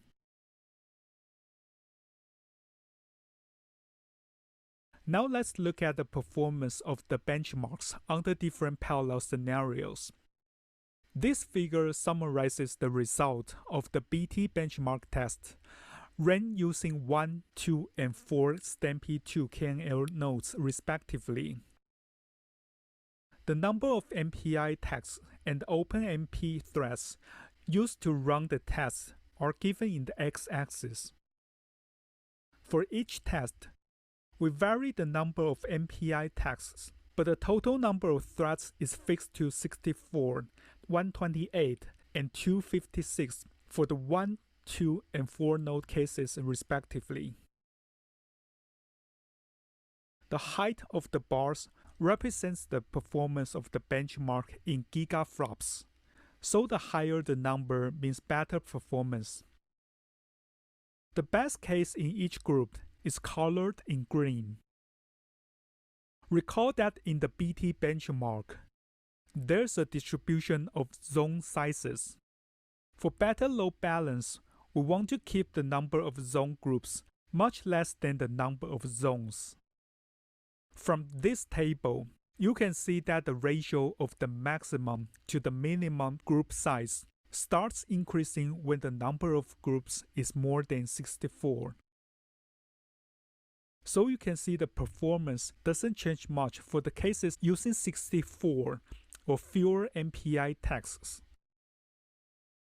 But the performance dropped significantly when you use 128 or more MPI tasks. Clearly, for the BT benchmark, the cases using an MPI Openmp hybrid approach outperform the cases that use only MPI. Also, the data here shows the peak per node virtual memory used in each case. You can see the peak virtual memory drop with decreasing MPI tasks, showing that the hybrid MPI Openmp approach can effectively reduce memory consumption while maintaining the level of parallelism. Okay, we ran the benchmark using Frontera's Cascade node as well. Similar performance and memory consumption trends can be found in the Frontera case. Now let's look at the SP benchmark.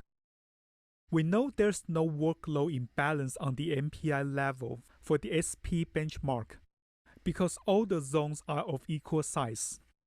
So we can expect that the performance of pure MPI runs should scale well.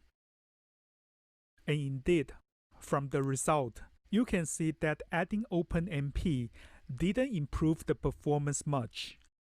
But as we have seen in the BT benchmark, the hybrid approach can effectively reduce memory consumption while maintaining the level of parallelism.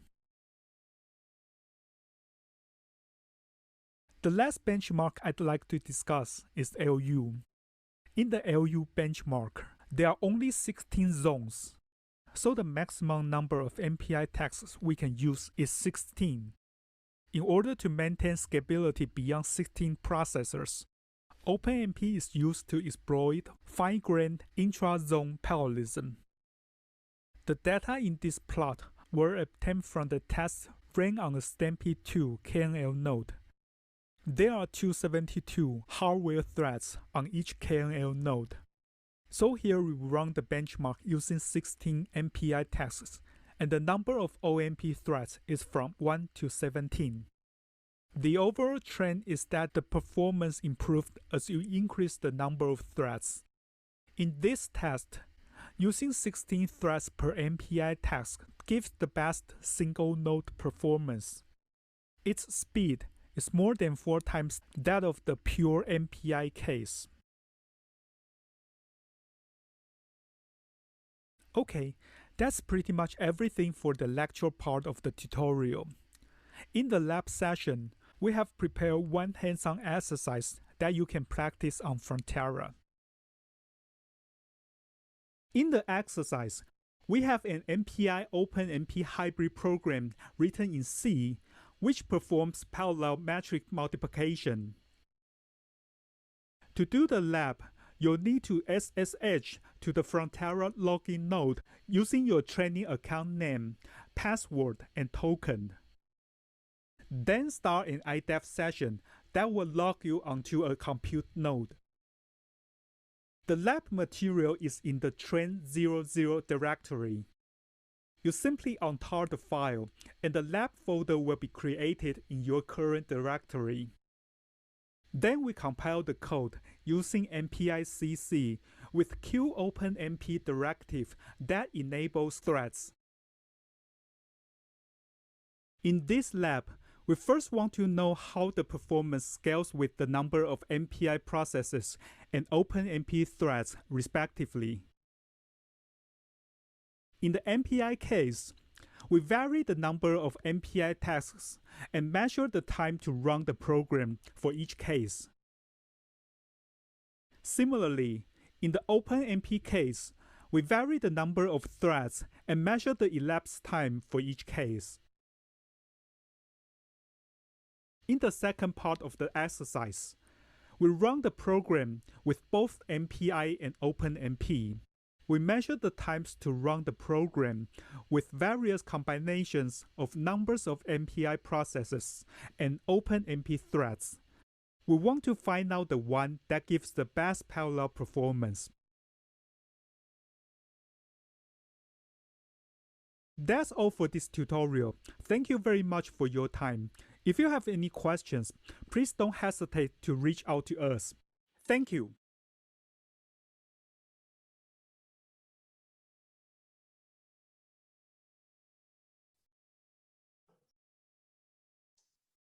Thank you. Hi, everyone. I am Stephen Harrell, and I am an engineering scientist in the HPC Performance and Architectures group at TAC. And today I'm going to talk to you about some tools that are available on Frontera.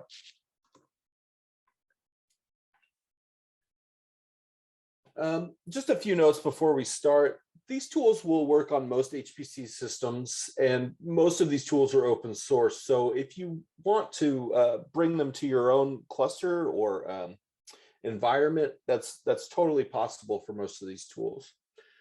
If you need help with access or installation, please let me know in the chat. I do have the Zoom chat up, so I should be able to see you. If you do mention something in Slack, I think one of my colleagues will notify me of that. That is my hope, at least. And then lastly, all of these materials are available in Box. And please let us know if you have any trouble getting to them. The tools we will be discussing today make a huge difference in the ease of use of Frontera. Many of these tools expose data from the internals of the system that are otherwise very hard to find. And they save a ton of time and frustration and make the user experience of HPC easier, although that's not to say it's easy.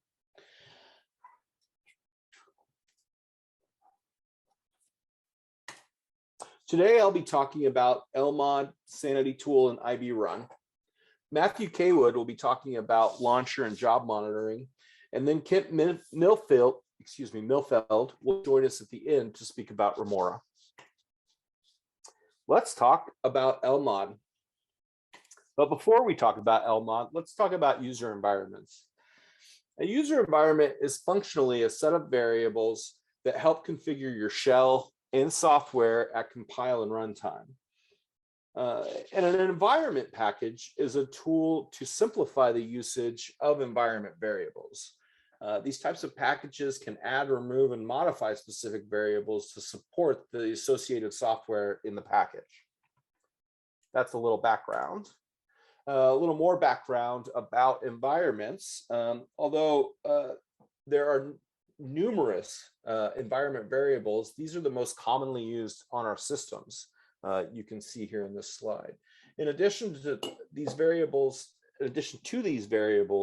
the user environment also includes functions and aliases, which are special environment variables that let you create command line shortcuts for complex shell operations. And just quickly, path and man path, those just say where executables are for the path. Man path is where to find the man pages for the software on the Unix systems. The LD library path is where the libraries sit. And then there's a good amount of other types of variables listed there. And then lastly, there are definitely many environment variables that we won't ever really need an HPC that may be there just along with a normal kind of Unix-y environment. Well, just as an introduction to LMOD, LMOD is a Lua-based module system. It's a convenient way to dynamically change the user's environment through module files.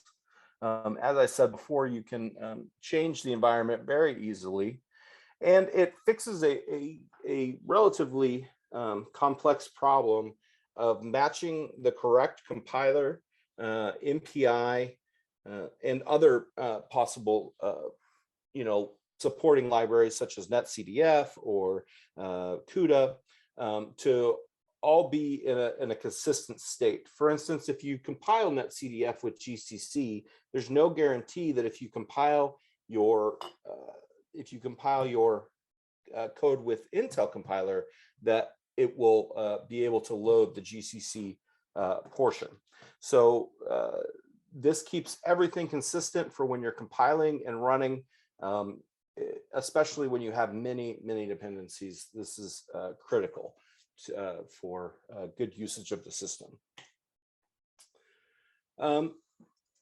Let's just jump right in here. So this the PDF should be on the site, and I'm just going to stop sharing slides for a second and start sharing my iDev session that I have open on Frontera right now. So give me 1 second to switch, please.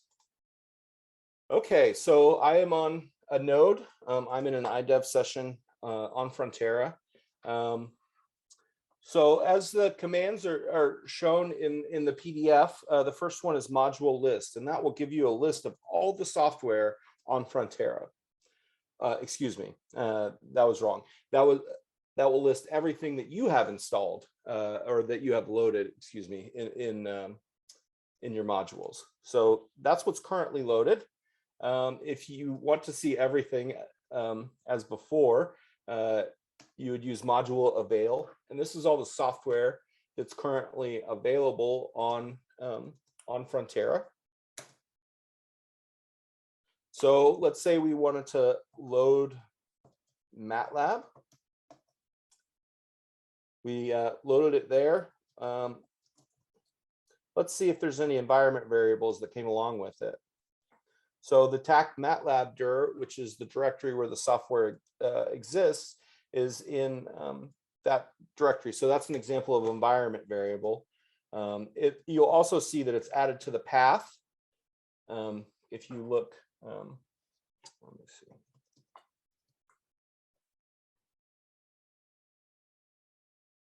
Here's the actual path. There are many things called path, but and you can see at the very end, it was the MATLAB software was appended to the end. So let's see if it's in the list, and there it is, right there. Now let's unload it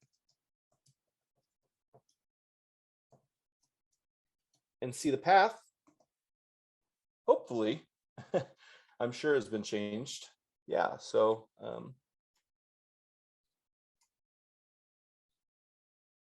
let me highlight this real quick. But as you can see at the end, there's no longer a MATLAB if you can see the highlights.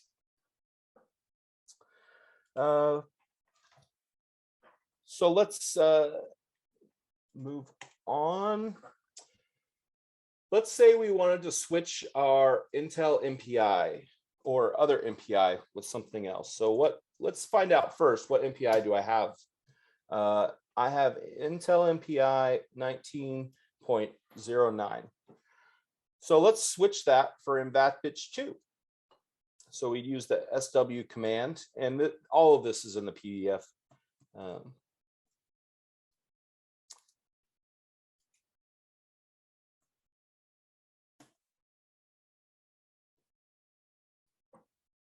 Okay, I guess I need to run module avail myself to find out the mvatbitch version.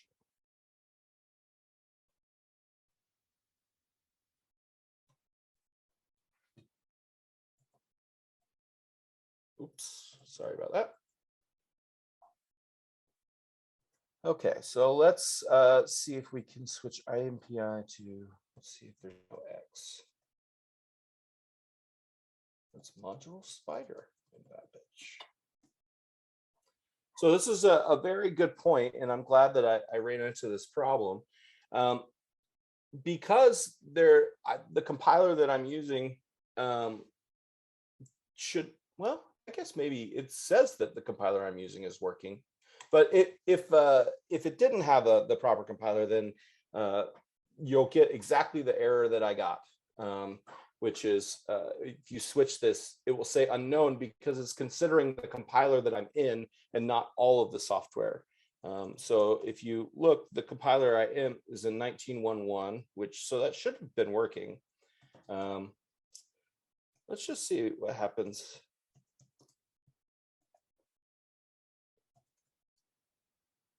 Am I misspelling it? That could be it. Let me just copy this and see if we can do it that way. I apologize for that.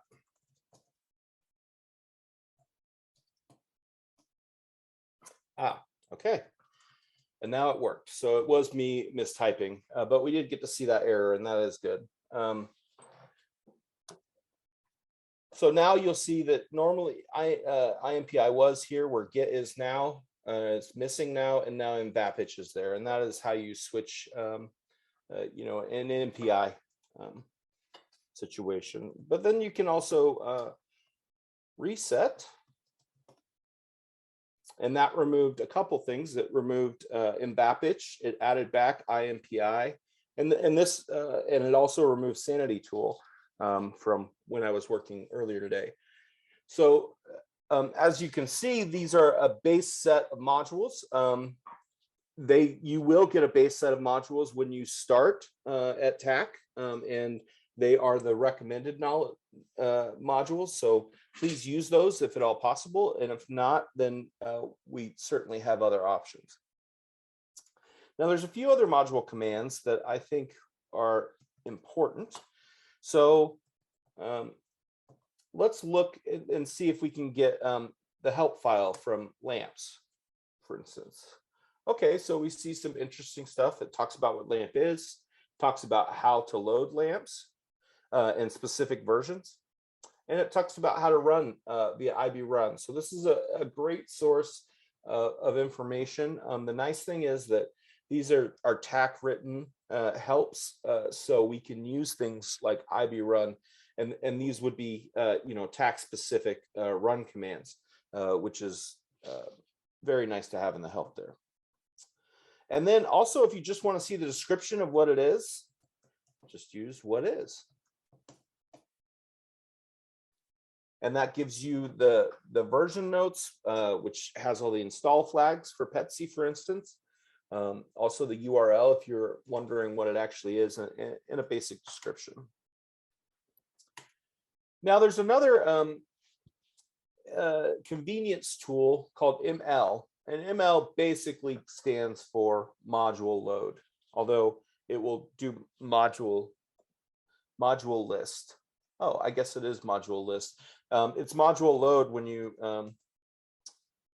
load MATLAB, and then you can unload MATLAB in a similar way.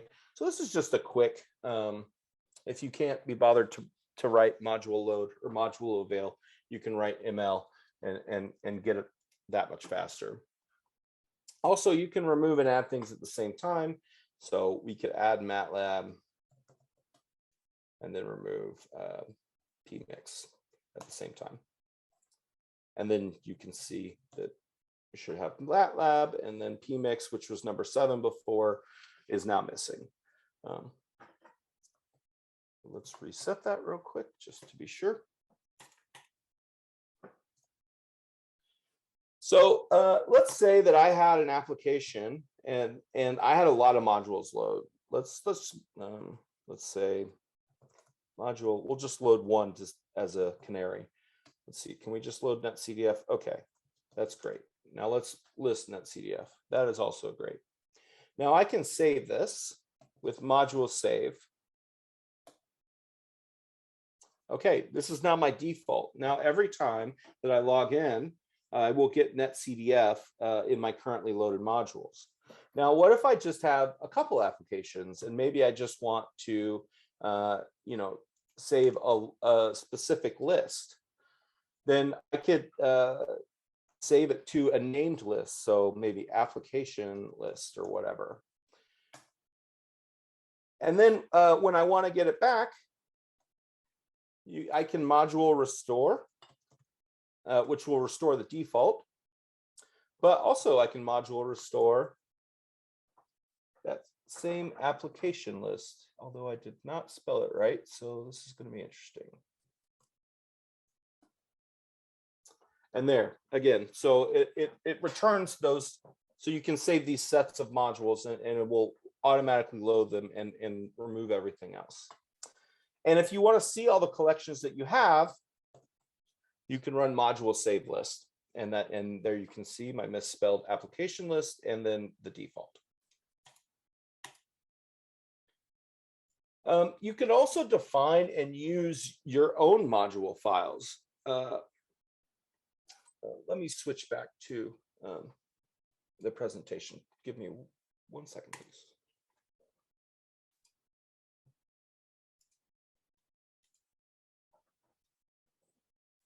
So you can start with, or it's recommended at least, that you start with an existing module file. Module files can be a little bit daunting the first time that you open one up and take a look, and we can take a look in a minute if anyone's interested. But you can create your own directory of module files that exist on the hierarchy in the module hierarchy by adding it with module use. And as you can see there, that's a user that has some module files on Scratch on Frontera. And then once you use it, you can load your own packages and do that. For instance, if you have a particularly complex tool chain, I've seen this in bio quite a bit, the area of bio where the tool chains are so complex that they actually send a list of modules and things to get them all to work together. And you might want to, host that kind of module list so you can easily access those applications without having to try and figure it out every single time. And then here's an introduction to writing the module files and a tool that automatically creates a module file. These will be available in the PDF on Box. And then, of course, some LMOD references. LMOD was written at TAC. There was the precursor to it was something just called environment modules, and it was non-hierarchical, meaning that you could load any of the modules without, meaning that you could easily, if you loaded the modules incorrectly, you could easily get conflicts between the modules. Our LMOD or our environment modules are hierarchical, so it should protect you from most of that. Okay, let's talk about another tool, Sanity Tool. This is a very, very useful tool if you have a problem running IDEV or something similar. It will find improper or incorrect user account configurations, especially ones that are difficult to detect. And, it's also very extensible, so we can actually add our own tests. For instance, if you had a particularly complex software stack that you wanted to test specific things on to make sure that it's set up correctly, we could integrate that too. But it's basically a lightweight tool to diagnose problems in your environment. It's also free and open source. It contains many useful tests, and again, I'll be talking more shortly about how we can add tests. So it's in the module system right now. So if you're on Frontera, feel free to module load Sanity Tool and run Sanity Tool. If you run help, you'll see something similar to what's below. But if you just run sanity check by itself, you may see something similar to this. So these are the basic tests that we have enabled on Frontera. So obviously we check the SSH permissions, make sure your keys are working correctly, your environment variables, etc.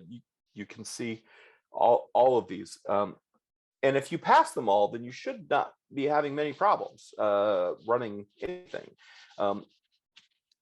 So I highly encourage you, if you get an error and you just really can't figure it out, just run this and see if there's something going on that you maybe weren't aware of.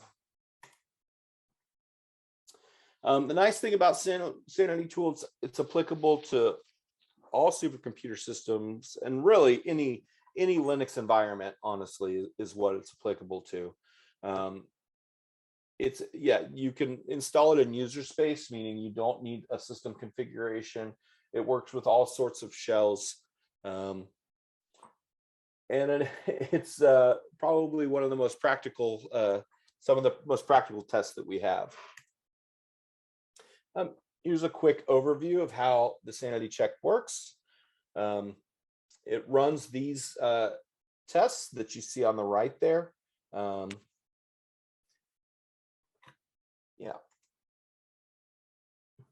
So right now, on the left, you see generic tests, many of which are already on Frontera, and then the customized tests, which are also on Frontera. But the customized tests, really, you would have to customize them for the environment. So if you went to a different HPC cluster, it's very likely that it would need a slight modification to, for instance, find the correct compilers or scheduler. And now we have, we can make your own customized test set. And it's just a simple Python, oops, excuse me. And if you can see there that the execute function is relatively simple and follows standard Python syntax. So here's the code for Sanity Tool if you'd like to check it out. If you can't run Sanity Check, you need to make sure Python and Sanity Check are accessible, and add more modules as you need them. All right, we're moving on to workflow assistance. I'm going to talk about IB Run, and then I'm going to hand it off to my colleague Matthew Kaywood for information about Launcher. IB Run is a universal MPI starter, and I have to say, from personal experience running on many machines, it's a very, very nice tool, and it avoids a lot of the confusion that might come with the specialized interconnects that we use. It detects the hardware that you're on and picks the correct MPI and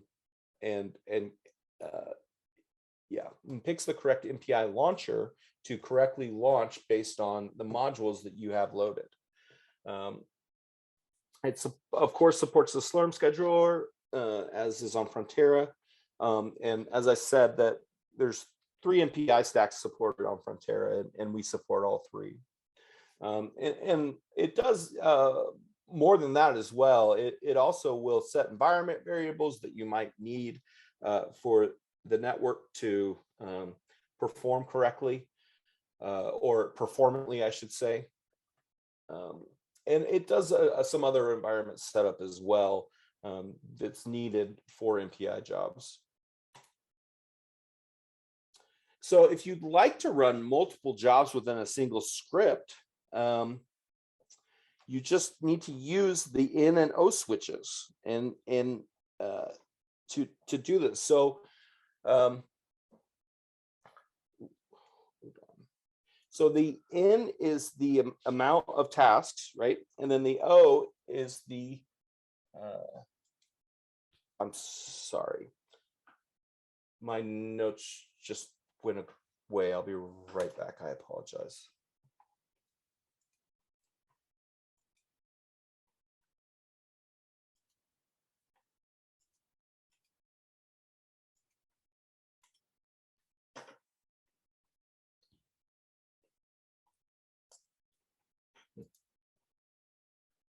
Well, this is my last slide, and I'm not finding my notes. So let's just figure it out. The -O specifies task count or host list offsets, and so that means that IB Run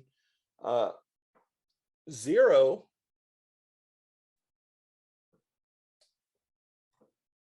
You know, I honestly am not sure.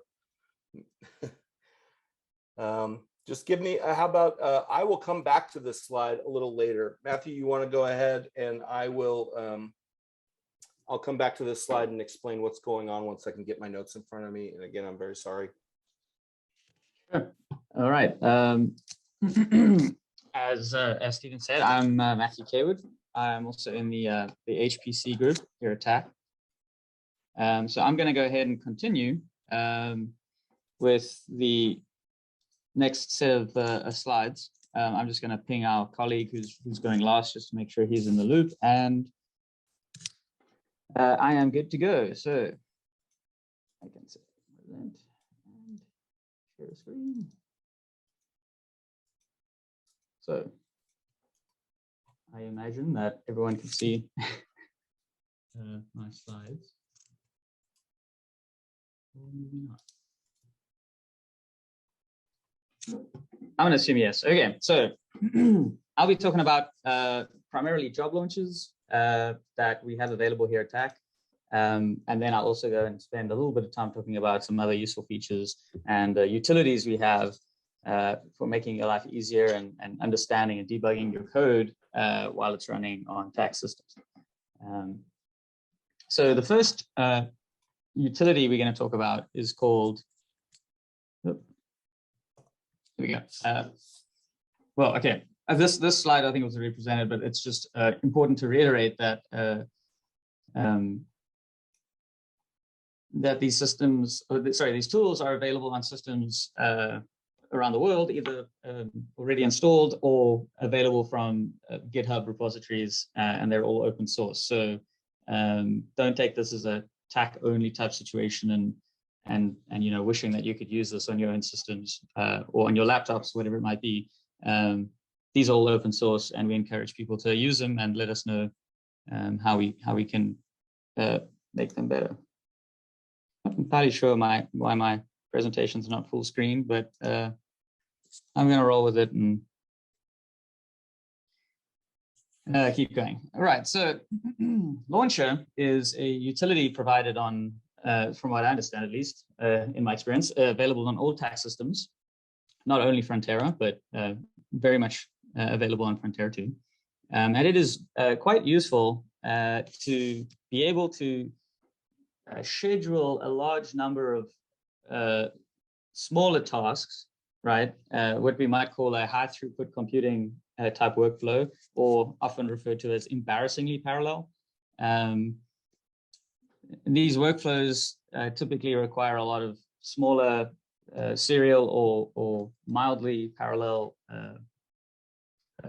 test cases that would run, and submitting these in a traditional way to the system scheduler can create a really problematic situation for the scheduler and the system administrators. If you're running some sort of, I know sort of in my experience, there's the sort of material science and chemistry people running a lot of these sort of optimization type workflows, and they're, you know, modifying the variables and doing a multi-parameter optimization problem and submitting hundreds of jobs to our system scheduler at one time is really quite taxing and in some ways a little bit impolite to everyone else using the system, because you can kind of hog everyone else off.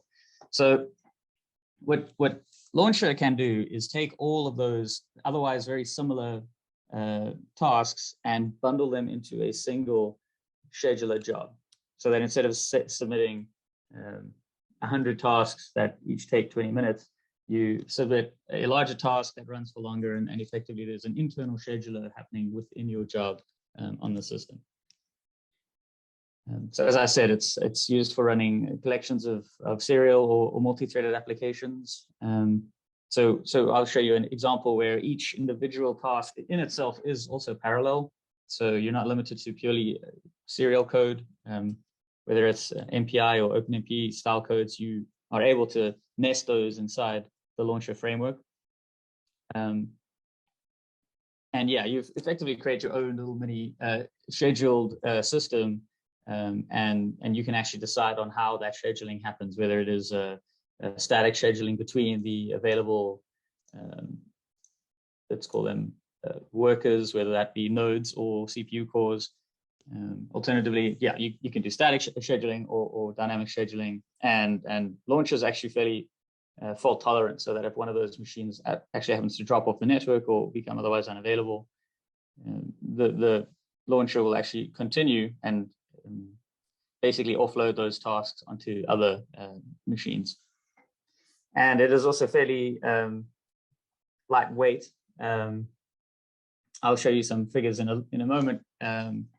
And launcher is not going to steal your hard-won SUs or hard-awarded, shall I say, SUs on Frontera by, introducing some sort of overhead. There's virtually no overhead by using launcher, and if anything, you will almost always come out ahead in terms of time to solution, because the scheduler will, how to say that, appreciate you not flooding it with very large numbers of small jobs. So if you were in a hurry and you had a paper to submit or something of that effect, launcher is your friend. So it's very simple to use.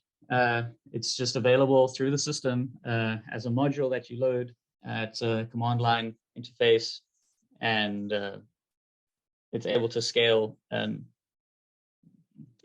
to effectively the whole system. There really is no limit to how far it could scale. And as I said, it is failure tolerant and quite customizable. So we will spend I'll run through an example of how we could get a launcher workflow running very quickly on Frontera. And yeah, so some typical examples of why you might use launcher, as well as those sort of material science, as well as some material science type optimization problems I mentioned. There are things like, Monte Carlo modeling, parameter sweeps, right? So we spoke about, and there's a number of different disciplines that could benefit from being able to do this high throughput style computing in a way that is more cooperative with other members or other users of the system and with the scheduler. Typically, you want to be working with the scheduler and not against it. So, so here's a simple job script in order to get a launcher workflow running. I do actually have, rather than submitting it through the scheduler, I'm going to submit it. Which one am I looking for? That one? Nope, this one.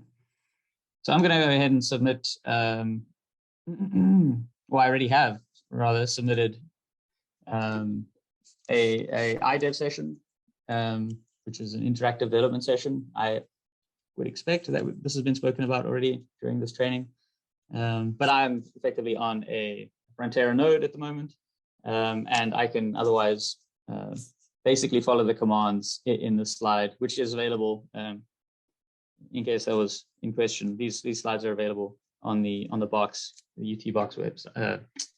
I don't know what you call that. Google Drive equivalent, right? So online cloud storage. So the first thing we can do is simply, and if anyone has issues with the size of this text, you can just let me know, because I, through teaching last semester, figured out that text is different depending on the size and the DPI of your screen. So just let me know if this text is not clear enough for you. But you can go ahead and just load the launcher. So we should have that. We can see launcher is loaded. And I have I've actually just grabbed the repository from TAC's GitHub for launcher, and that has a number of examples in there. So what I will do is go and just make sure we have some hello worlds, always a good place to start. And for launcher, we effectively want to do two things. We want to give it a working directory, which says this is kind of our reference point. This is like our relative root. And then we want to give it the name of a file which has a list of commands that we'd like to execute. So not the actual commands themselves, a file containing a list of commands. So if you had an executable called, lamps or wharf or whatever the program is, just sticking wharf in that environment variable is not going to work for you because it is actually expecting a line break delimited list of commands that it can then batch out and do its little internal scheduling on. So if we go ahead and look at hello world in this example, we just have a bunch of echo commands saying hello world, and echo is as good of a command as any else to schedule. So that could be an IB run, and we'll actually get into, if you want to do IB runs as sort of a nested parallel type regime, we have PyLauncher, which might be slightly more appropriate for that, and I'll get onto that in a few minutes. But it can also work here as well. So we basically have a long list of hello worlds, and we would like that to run on the local system, I guess, as quickly as possible, with a limit of, in this case, 56 tasks at any given time, because that's how many CPU cores we have on a Frontera node. So we go ahead and set the environment variable, launch work there, and I'm just going to be lazy and do that. And launch a job file, type world. And so one important thing to note is that launcher, when you load the launcher module, normally what you would expect is for that to then show up in your path, and you'll be able to run, in this case, the launcher sort of executable we care about is called param run. You'd expect you'd be able to type param run. Yeah, that's right. And we get a file not found, and that is because I guess a conscious decision was made to not actually add this into the user's path, so it's not sitting in here, which means it's not resolvable as an executable on the system in your current environment. So we can either go ahead and use the environment variable launcher dir, which was sourced when we loaded the module, or the other typical one would be tac, and then the name of the thing, and then dir. So those two will be equivalent in this case. And we can say param run, and it will know based on those two environment variables that we've set what we expect it to do, and we don't need to give it anything else. And and I don't need the echo, of course. So it is going to go ahead and say, let me just freeze it there for a second. So it's going to go ahead and say we got number of hosts, 1. We've got working directory. We have processes per host, total processes, and total number of jobs. So there's actually 600 hello worlds in there. And the current default scheduling method is dynamic, which means that if your individual processes were taking slightly different amounts of time or significantly different amounts of time, it'll basically just schedule the next task on the next available worker, rather than basically predetermining, if we had 50 workers and 600 tasks, instead of putting, 12 tasks on each worker at the beginning, this is actually going to sort of allocate and distribute the work as nodes or as workers become available. So, and that is actually just gone and ran 600 times, which, you'd expect not to take too long.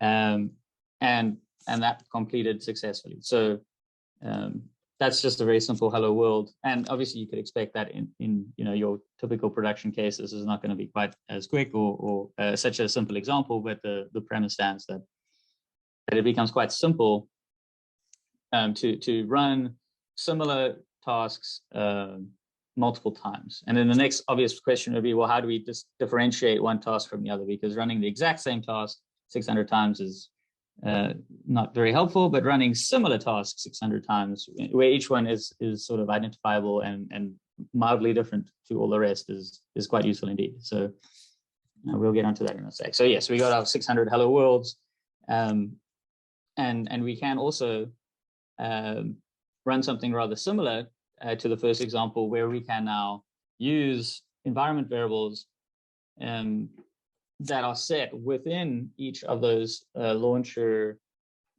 tasks, or yes, within each of those 600 instances of hello world, they will each be given slightly different environment variables, including the launcher ID and the launcher task ID. So let's go ahead and look at that example really quickly, which is hello world multi.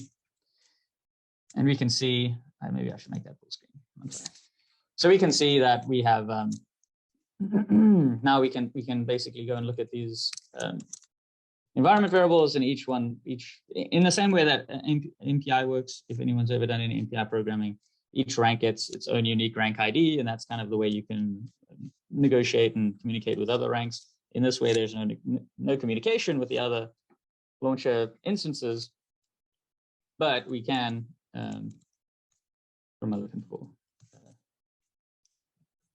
Multi, so let's go ahead and run that again. And in this case, we will get like, hello world from, here we go. So we had task 32. Well, let's look at it like that. Yes, there we go. So it's hello world from job, 598 running on task 49. So in this case, we would only have up to 56 tasks. I don't actually know if it starts at task 0 or task 1. That I've never thought to look at that, but we basically have a way of indexing each task uniquely and individually from the rest of them. So that basically allows us then to do like a parameter search or something like that. And if you had a million, a set of real numbers from 1 to 1 million, you can kind of cut those up based on the task ID or something like that. So that's how we would uniquely identify each of those.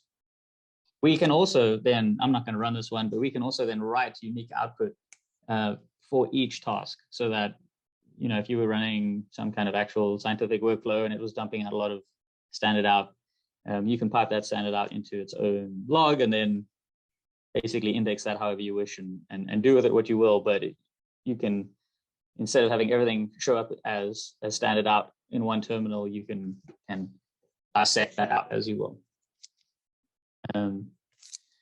So as I said, there's those two main environment variables we kind of care about, and then there's a bunch that we really don't need to worry about too much. In terms of deciding how many tasks run per node and how many nodes there are, that always defined by the job that you submit. So at the top of this job, we said, in this case, actually not sure why that says 64, but that might have been for Lone Star 6, which is another one of our systems.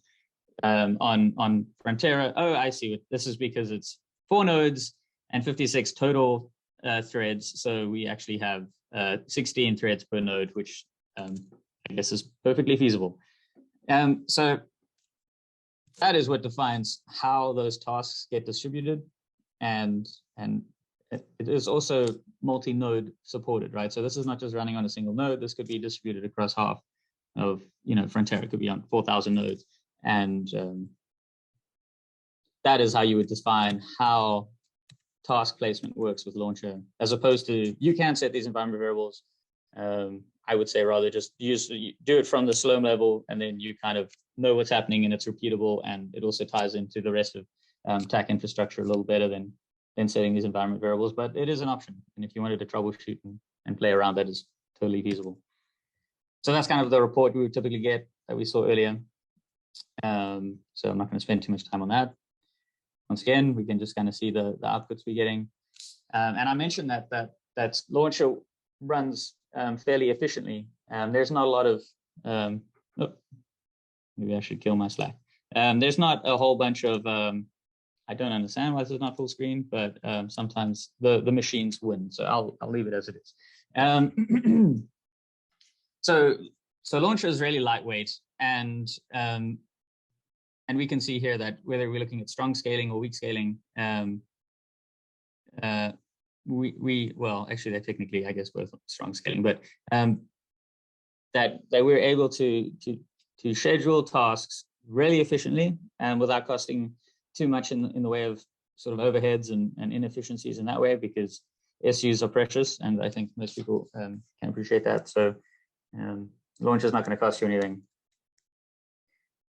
There is another available version of Launcher, which is specifically sort of more optimized. Well, it's GPU aware, I guess you could say, and it was developed here at TAC, and along with the original Launcher. And I have another terminal on our GPU nodes, our RTX queue, which have 4 Quadro 5000 GPUs each. We can see them here, all nice and shiny. we have 4 GPUs available, and you might want to do a very similar thing when it comes to batching out jobs, whether it's some sort of machine learning workflow or anything that's relying on CUDA accelerated computing. Launcher GPU effectively does exactly the same thing as Launcher. The syntax is exactly the same. Well, very similar. And we launch it, we load it in the same way, except let me do that, sorry. What did I do? Oh, I had Launcher loaded. Yeah, that would make sense. So let me do that. Okay, so we have Launcher GPU loaded at the moment. The syntax is the same. We have, well, in this case, we would have Launcher GPU dir anyway. So maybe that's a reason not to use that environment variable, because it's not consistent. And we still have the param, what was it? Run. Now I'm blanking. Param run, I had it right. Yeah, okay, but I haven't set those environment variables just yet. So the syntax is effectively the same, the environment variables are the same, but instead of the launcher looking at these set of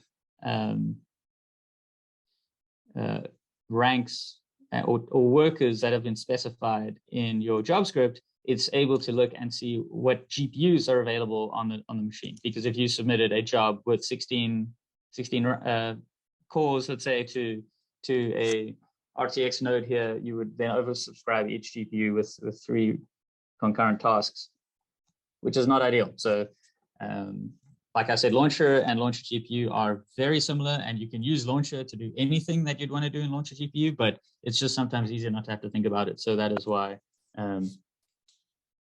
we have that option. So I do actually have, where am I? We have Stream. So this is a CUDA-enabled version of Stream, which is a memory bandwidth benchmark, synthetic benchmark measuring memory bandwidth. And we have 12 instances of that to run, and we can basically just go ahead and do that same thing. So it is launcher work their current directory.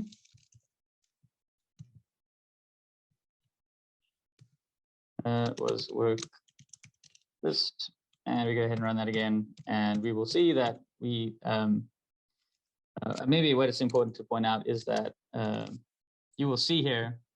So I've got those 2 jobs running. One was on the regular machine that I was working on just now, and this is on the GPU nodes. And I was actually just trying to see. There's a whole bunch: node, n nodes, n procs. What is it? N cores. Tasks per node. There we go. So we have currently in this job, I thought it might show me an sinfo, but I guess I might have to throw like a dash a or something. So we have 12 tasks on this machine, right? Which probably sounds about right, because and that's jumping again, but let me just confirm. We'll get to HTOP in a bit. Oh, actually, sorry, we have 32 cores, but sure, 24 or 12 tasks, perfectly reasonable. But not perfectly reasonable if you were running to run on those 4 GPUs, because submitting 12 concurrent tasks to 4 GPUs does not a happy system make. So rather than using the typical launcher, we're going to go ahead and run the this. It wasn't set. Okay, I've clearly broken something, but I must have had a typo when I. Okay, now it's very unhappy. Okay, die with fire? No. I'll let it think about what it's done for a second. Put it in the naughty corner, but effectively it's doing the exact same thing that the original launcher was doing, but it's now going to be addressing 4 GPUs rather than 12 Slurm ranks, Slurm tasks. And yeah, that's the demo. And in my case, I was running Stream in this case, but it would work as you would expect, assuming I had no typos, which presumably I did. So like I said, these are both publicly available. You can get Launcher and Launcher GPU off the repo. I'm going to kind of start speeding up because I have 9 minutes left and we got a little bit more to talk about. So I did mention that we have PyLauncher available as well, also developed attack. If you are in the Python ecosystem of things, which most people are these days, it seems, then this might be an option. I do have this. Did it die? It did die. Okay, so presumably I said something incorrect. But anyway, I think most people hopefully have the idea of what that was supposed to do. So I'm going to go to PyLauncher. There is, I think, some examples here. And we have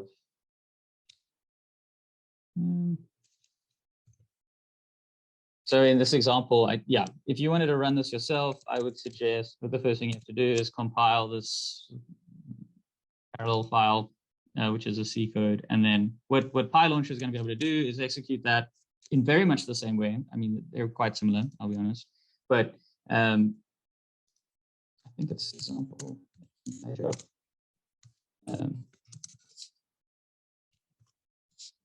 So this is kind of the syntax that PyLauncher uses. So it's all in the Python of things, which can be very useful if that's kind of what you're familiar with. We basically are able to launch a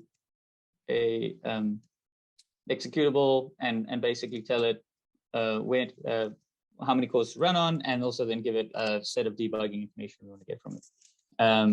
And what's useful for this one is that because I opened the multi one, I think, MPI job. So there is also the non-MPI job, which would be just local, I would assume.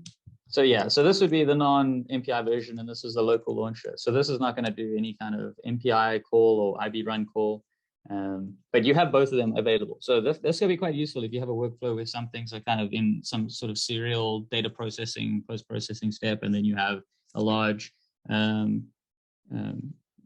MPI enabled simulation step. Then you can basically have all of them executed and managed from one place without having to rely on more than one tool. So, and yeah, you're able to have, let's say multiple batches of MPI tasks that all get managed from PyLauncher across multiple systems on the machine. So it is very flexible and quite powerful. And as I said, it's good to work within the bounds of the scheduler and not decide that you know best, because unfortunately you probably don't. Sorry to break it to you. So, and you will probably get that if you start doing unfriendly things to the scheduler. So PyLauncher and launchers in general would be your friend if that's kind of the thing you're doing, and you're doing a lot of high throughput computing. And if you're still unsure, check the documents, and if you're still unsure, submit a ticket, because we have lots of people to help you with that kind of thing. So we do have a workshop, and we're sort of running short on time. Kent will talk very shortly about Remora, which is another very useful tool.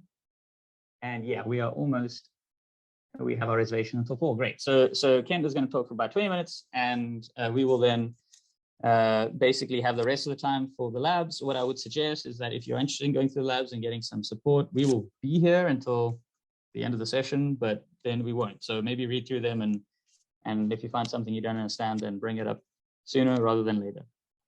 But just quickly before I hand over to Kent, I just wanted to mention that we have some other additional tools, and I will spend 3 minutes approximately speaking about them because they can be very useful. Stephen did give a good sort of background on a lot of useful tools that we have, like the Sanity Tool, Sanity Checker that we have.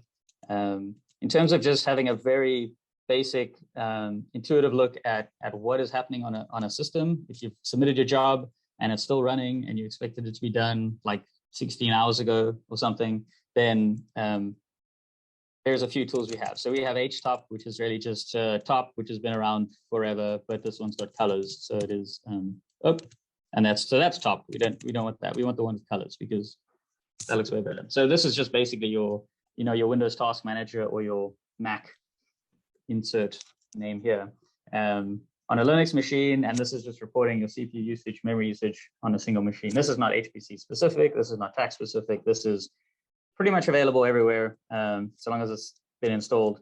And to get it to work on a tax system, all you have to do is load the module because it is not loaded by default. So ML htop, and you have htop ready to go. You can see what the CPU cores are doing.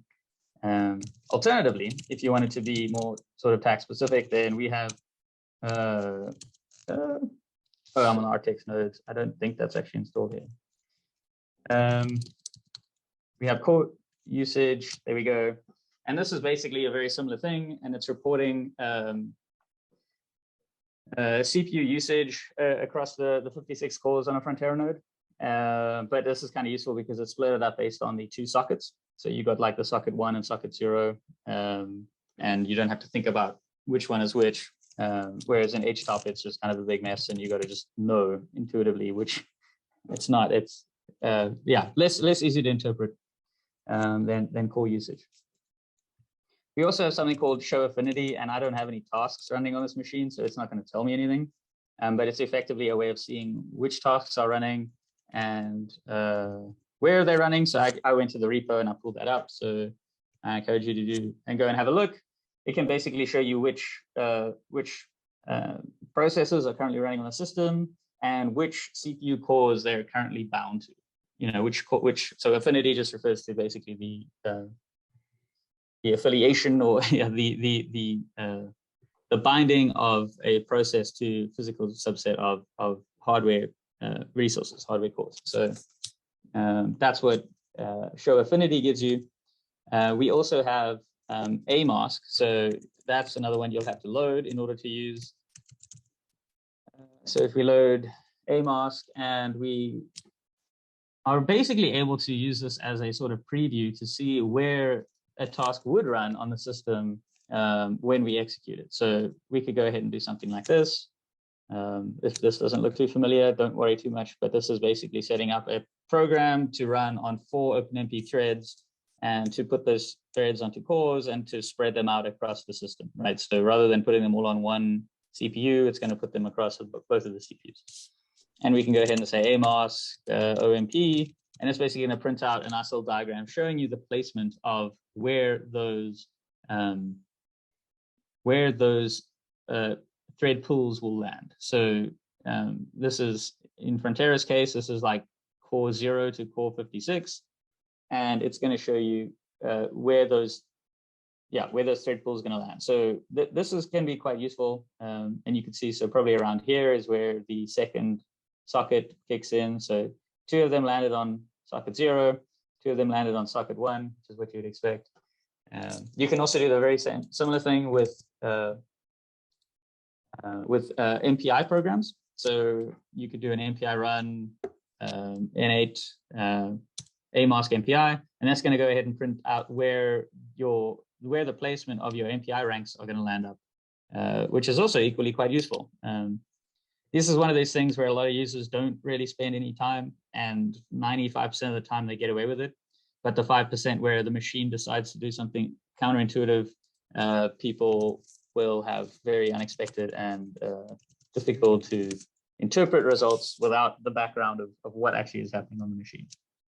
Finally, before I hand over to Kent with 1 minute left, very similar to htop, if you are running on Frontera's RTX nodes with CUDA-enabled codes, I would suggest just being aware that the NVIDIA SMI tool is available, not on this machine, of course, because that's a CPU machine. But here we have a GPU machine, and we have NVIDIA SMI. And this is basically once again, a task manager or a performance dashboard for the GPUs on a machine. You can actually poll this so that it's live, because otherwise it's not going to be live. So you could do like a watch 1, so every 1 second, this is going to update, and these cards are not doing anything at the moment, so that doesn't look very interesting.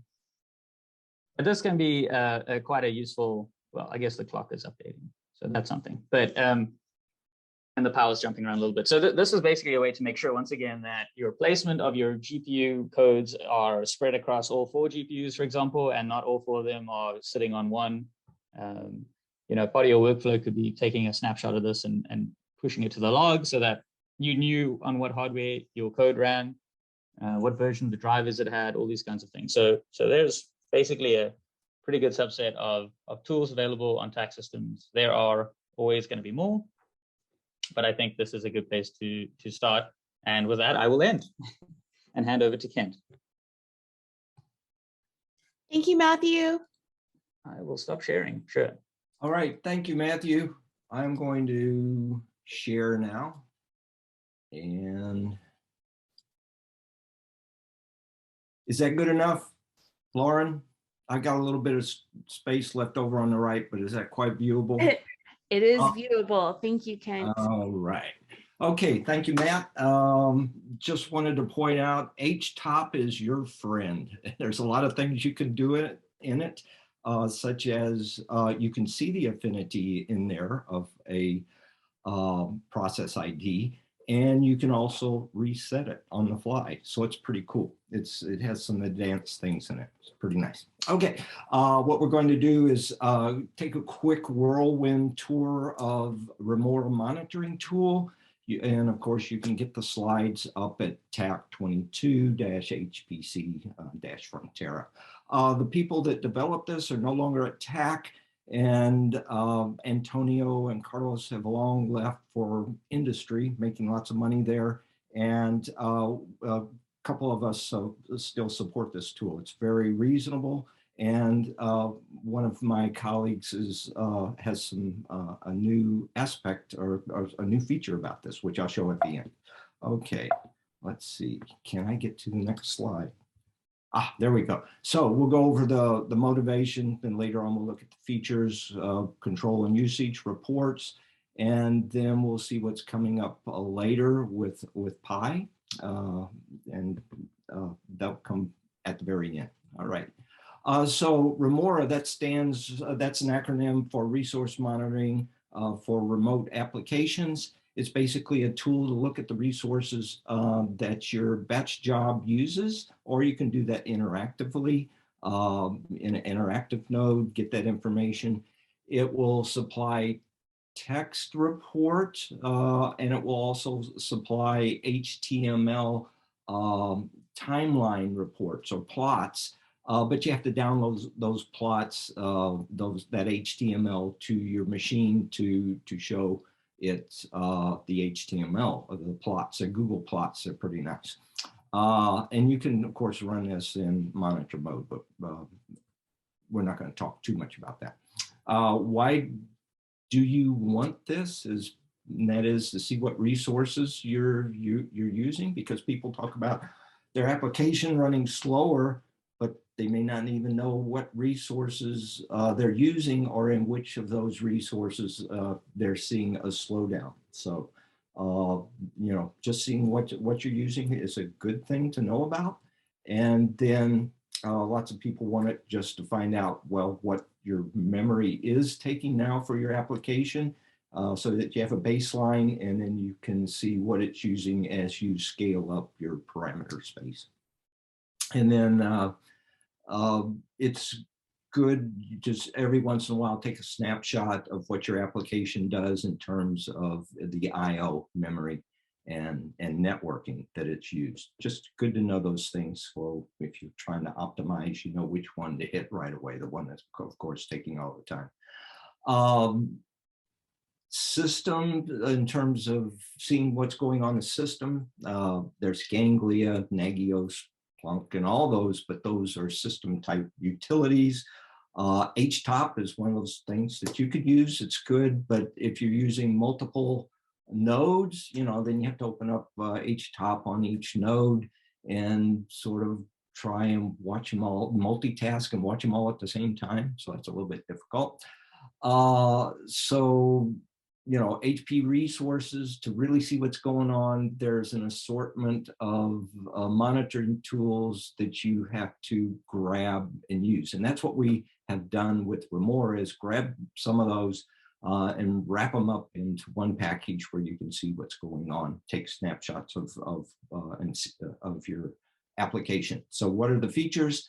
It's a collection of Unix tools. It is written in Bash, so it's just scripting. It's simple and it's easy to use, and it gives you a text summary, and then of course it gives you plots of your usage over a period of time. And then, of course, there's this interactive mode, which you just tail a file and see things as they're coming across. It's not too useful, but it has potential. And I'll explain more about that. When I say it's easy to use, that's all you have to do. If you're doing MPI run is as shown here, that's all you have to do is load Remora and then use it to wrap IB run. And what it does is it runs your IB run for you and starts some monitoring tools. And Remora, RE, stands for resources, and it will show you the type of the amount of memory you're using. And it also gives you some Pneuma information, which I show at the bottom. It also gives you CPU loads and then IO information. And there's some new stuff in there for GPU memory. It uses NVIDIA SMI, just what Matt was talking about in the previous presentation, to gather some information about the memory. And we'll be using that more and more later on as we develop Remora even further. And then it gives you MPI statistics, and that's a good thing to know. Some people don't even know what percent of MPI their program takes, and a good developer should. So it provides simple to understand and high-level information, and then it gives you some text about that. It has MPI stats and resource usage in timelines for in-depth analysis. Okay. What about the monitoring? Monitoring is set for every 10 seconds. If you have a short running application, you could set that down to 1. 1's the lowest for taking a snapshot every second. And of course, if you have long running jobs, you want to make that a little bit longer. What actually happens in the Remora and why the RA at the end, that stands for remote application. It will run across multiple nodes and gather the information and give you the averages for what's happening on all those. And so that's what makes it a really nice feature. Parallel MPI, yes, it can handle that and gather information across the nodes. What it does is launches data collector on each of the nodes, and then your application. And then after your application's done, it terminates those collectors and it gathers the information and does processing for the plots. And it's used in batch, mainly used in batch. What about the control features? The one you're most interested in is Remora _ period, and that's the set the duration or the interval between taking gathering data information.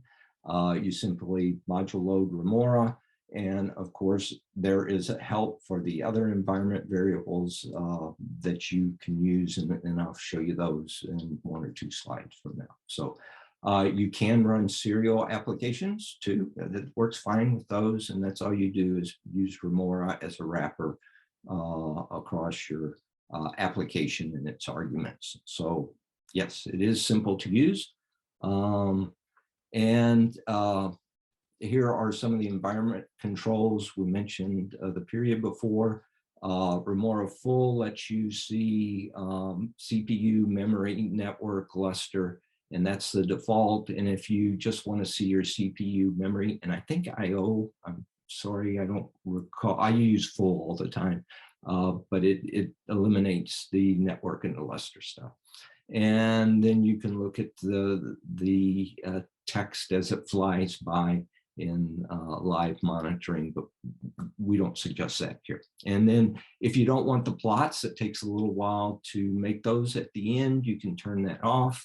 And then if you're on a node with CUDA and or a GPU and you don't want it gathering that information because you're not using it, you can turn that off. And then for us, for debugging, we have verbose, and that's by default turned off. So what are the reports? Okay, so the basic thing, this out of the way, is a text summary at the end. Let's see. like this, and we'll blow that up and let you take a look at the details in there. And then of course, there's the text reports. They're in a directory called Remora and _ job ID. And there's CPU information, IO information, memory information that's in the text files, the .txt files that it collects. And you can look at those. At the end, it creates HTML files with plot lines in them that you can look at. You could, typically people just tar up that directory and pull it down. And at the bottom, there's a Remora _ summary, and it gives you a summary page to click on seeing different HTML plots in here. And this page basically, that's so if you tar the file up, this directory, download it, untar it, and then open Remora _ summary.html, you'll get this page, and you can click on these for seeing your CPU information, memory information, Pneuma information here. And then there's, this was not a MPI. Yes, this was not an MPI code for this one. So there is no MPI entry here. And this was just on a single node. So you get that, that information there. What is really nice about these HTML files, these are Google plot files. They're not very large, 100, 200 lines of code. You can just cat those on the device, copy and then paste it into my.html on your laptop, and you can show them that way. So it's pretty convenient if you just want to look at one of these. A little bit of a hassle if you want to look at everything, but well worth it if you need it. And you can look at the plots over here.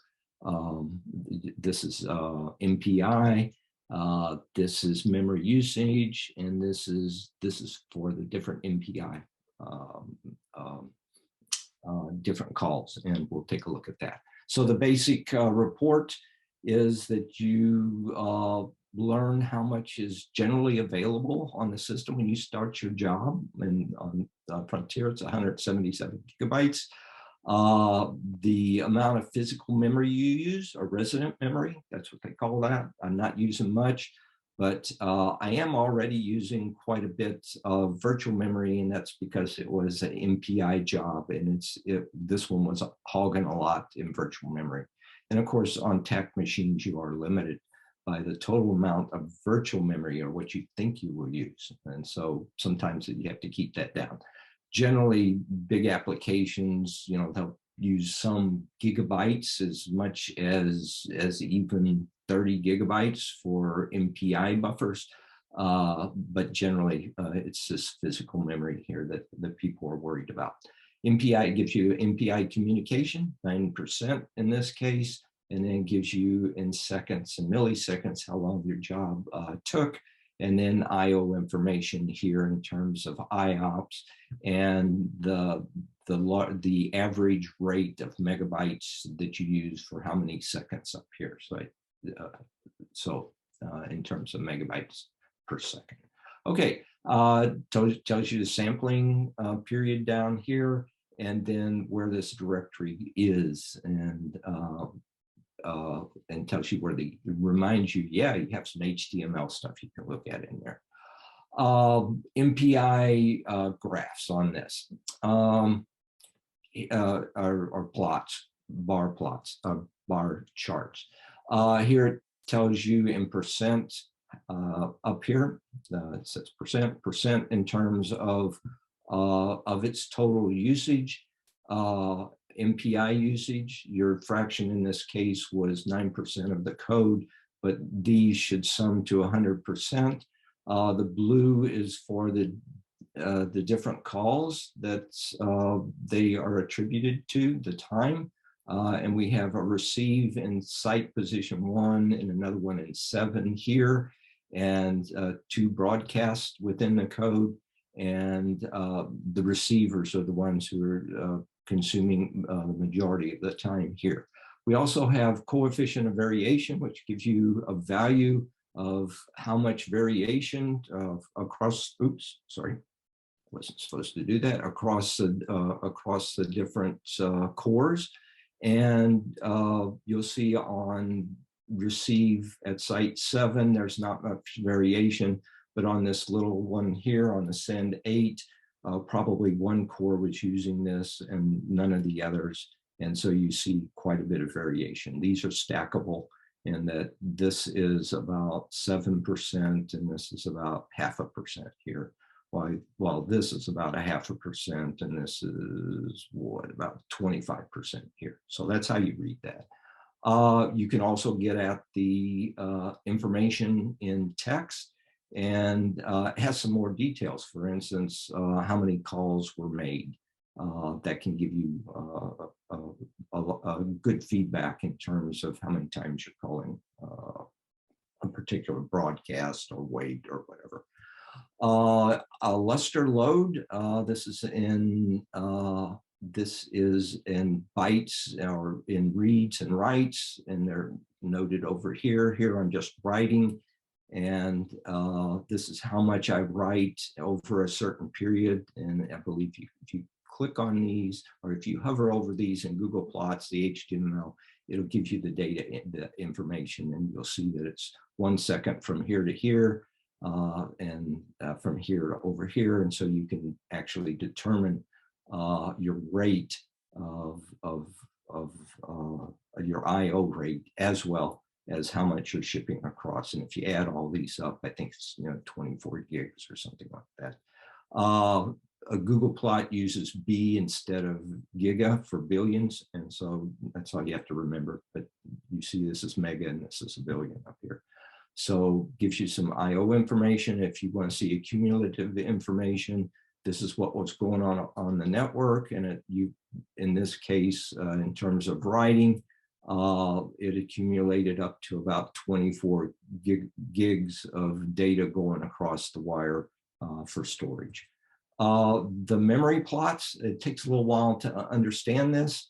The best thing to do is first tackle something simple. We got the amount of free memory up here, that's the dark blue. And as a function of time down here, the available free memory is decreasing, so it's being used, and then it's freed here, and it's given back to the system. We have stack plots down here, and we have, let's look at the how much shared memory is being used, special pinned memory. And in this case, it's stacked on top of what's being accumulated by the resident memory, the physical memory you're using, and that is increasing, and it's a stack plot. And so we see here that the shared memory is remaining constant. And over here, that's the same. It doesn't look like it, but the distance from here to here is the same from here to here. So it's constant throughout the calculation. And then you have your maximum values that you can follow along here in terms of, say, virtual memory. Virtual memory, more and more is being requested. And then, of course, that's the maximum value for the rest of the calculation, as well as the total memory up here, which is mainly your blue down here, which is your resident or physical memory. So that's how you read those plots. It takes a little bit the first time you see it to get used to it. And of course, you can see the details in the text files. And then if you want to see what's happening in terms of Pneuma, we have 2 nodes or 2 sockets. That's what they call them in Pneuma language. They call them nodes. And we see here as a function of time, how many megabytes, or take away all of those 3 zeros, you got gigabytes being used. And we start out very low here, and we see that on node 0, which is the blue, we're starting to use a whole lot. And then about 40 seconds into the calculation or whatever's going on, we're starting to use the other node. It's actually, this is an example of just writing to memory from one core. And what I'm doing is I just write the memory. It's on node 0, and it's consuming all of its memory. There's about 77 gigs there. and it runs out of space and starts writing into the other socket's memory space here. And so it can give you some information about, how your memory is being used. And there's some other plots too that show you how much of local memory you're using or remote memory. And that's very good for some type of calculations to determine that, yes, I'm using local memory and I'm not spilling over to remote memory. So basically you can download the tar file on your laptop.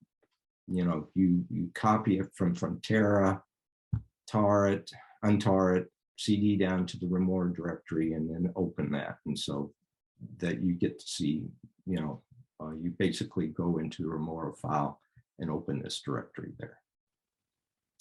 You could also cut and paste, which I explained before. This is just some details about getting information.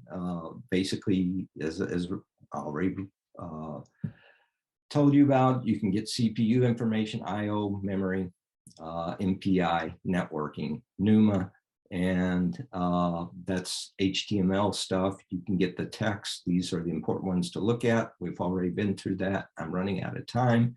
And then the overhead. This is important. For a single data collection, it takes a minimal amount of time. Usually you want to gather about 1,500, 2,000 data points for the plot. The overhead on that while your code is running, say for 2,000, is about 4 seconds, which is minimal. Post-processing is the one that takes a lot of time. It takes about 0.1 second for each point. And that's because it's shell script arithmetic and it's incredibly slow. We could make it faster, but not right now. So at the end, it takes a little bit of time to get your data back, but it's not interfering from the data collection that's being done in your calculation. And what's coming up soon is Remora plus Python. We have a person here at TAC who's been working the last 4 months to make an interface between Remora called RemPy, and it will allow you to see things in a Jupyter notebook. And more importantly than that, it'll allow you to attach to a running job, a job that's already running, and just attach to it and start extracting information and get the details. Remora can't do that now, but Remora Pi can. So that's a really nice feature. Here's an example of a notebook, and you just say Remora, give it the job ID. I'm going to look at CPU usage here, and it starts collecting it in real time, and you can watch that. You can also see your statistics for MPI, and it gives you a lot of information there. I mean, shows you everything there, but Remora does that too. And the important thing about what it's doing is if you click on one of these bars, which corresponds to, he should put the names in here, corresponds to one of the calls, it will show you the timeline for those. So you don't have to present a coefficient of variation. You could just look at it all and see what's happening. So that's basically it. Here's some references at the end of the document where some of the things we use for gathering information. And we're not going to go over this part, which tells you how to install it yourself, but you can install it on a Ubuntu. We've got it working on that, and you can download it and try using it there. So that's it. And sorry for going over, Matt. I guess you could start you might want to start your lab now, a little bit late. Well, I think I'm happy to throw up the slide again with the instructions. Once again, they are available on the UT box. So there are three labs for this afternoon session. And there's no sort of worked example or practicals. That was all, at least for my part, in the actual presentation itself. So I think I'm at least happy to be online and answer any specific questions. And otherwise, I encourage people to work through the tutorials themselves. Good point. I mean, yours was. Oh, sorry. I was just going to say, I'm not going to do it for anyone, but I'm here to answer questions, I guess. All right, If anyone has any. There's also a lab for Remora. You could do that. So I suggest doing the CPU and the memory. It's worth looking at if you have time. But at least you know what you can do with it. And you can always always with Remora, try something simple that you know what sort of got an idea what the numbers should be, so you know what you're looking at when you're looking at those plots. And probably about in another month, we'll have the Remora Pi out.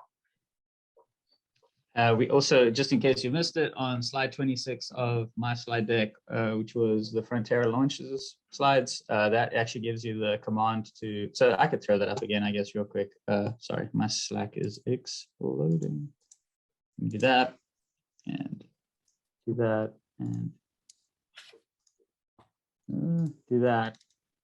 So yeah, once again, this is just the how-tos and getting started with the labs. So go ahead and grab the tar file out of the train00 account on Frontera. It has, at least for the sections I presented, solutions to the lab. So if you don't get a chance to ask a question during the session, you can go ahead and refer to that. Otherwise, shoot off an email or get in touch. So yeah.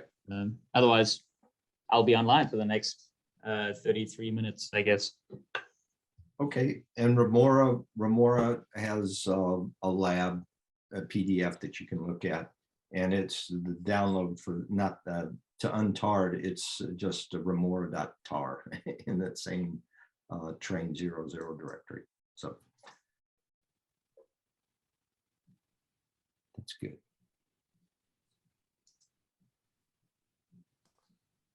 Just a quick note, Lawrence just reminded us, if you start an IDEV session, right now the reservation will end in about 30 minutes, but you can start an IDEV session past that. So if you plan on doing the tutorials for a little while, you might want to start an IDEV session for a couple hours, just so it doesn't, cut you off at the end, and then you can't get another session. That's a good point. Yeah, just use -M120. That gives you 2 hours, and you should be able to. That's the max you can get on the development nodes. Oh, I just learned something. I always use the -T, and then you got to go give it the whole time code. So that's yeah, I did that. You learn something new every day. Yeah, I did that on purpose. It just bothered me so much. I said, people just minutes. That's all they want for this. Absolutely.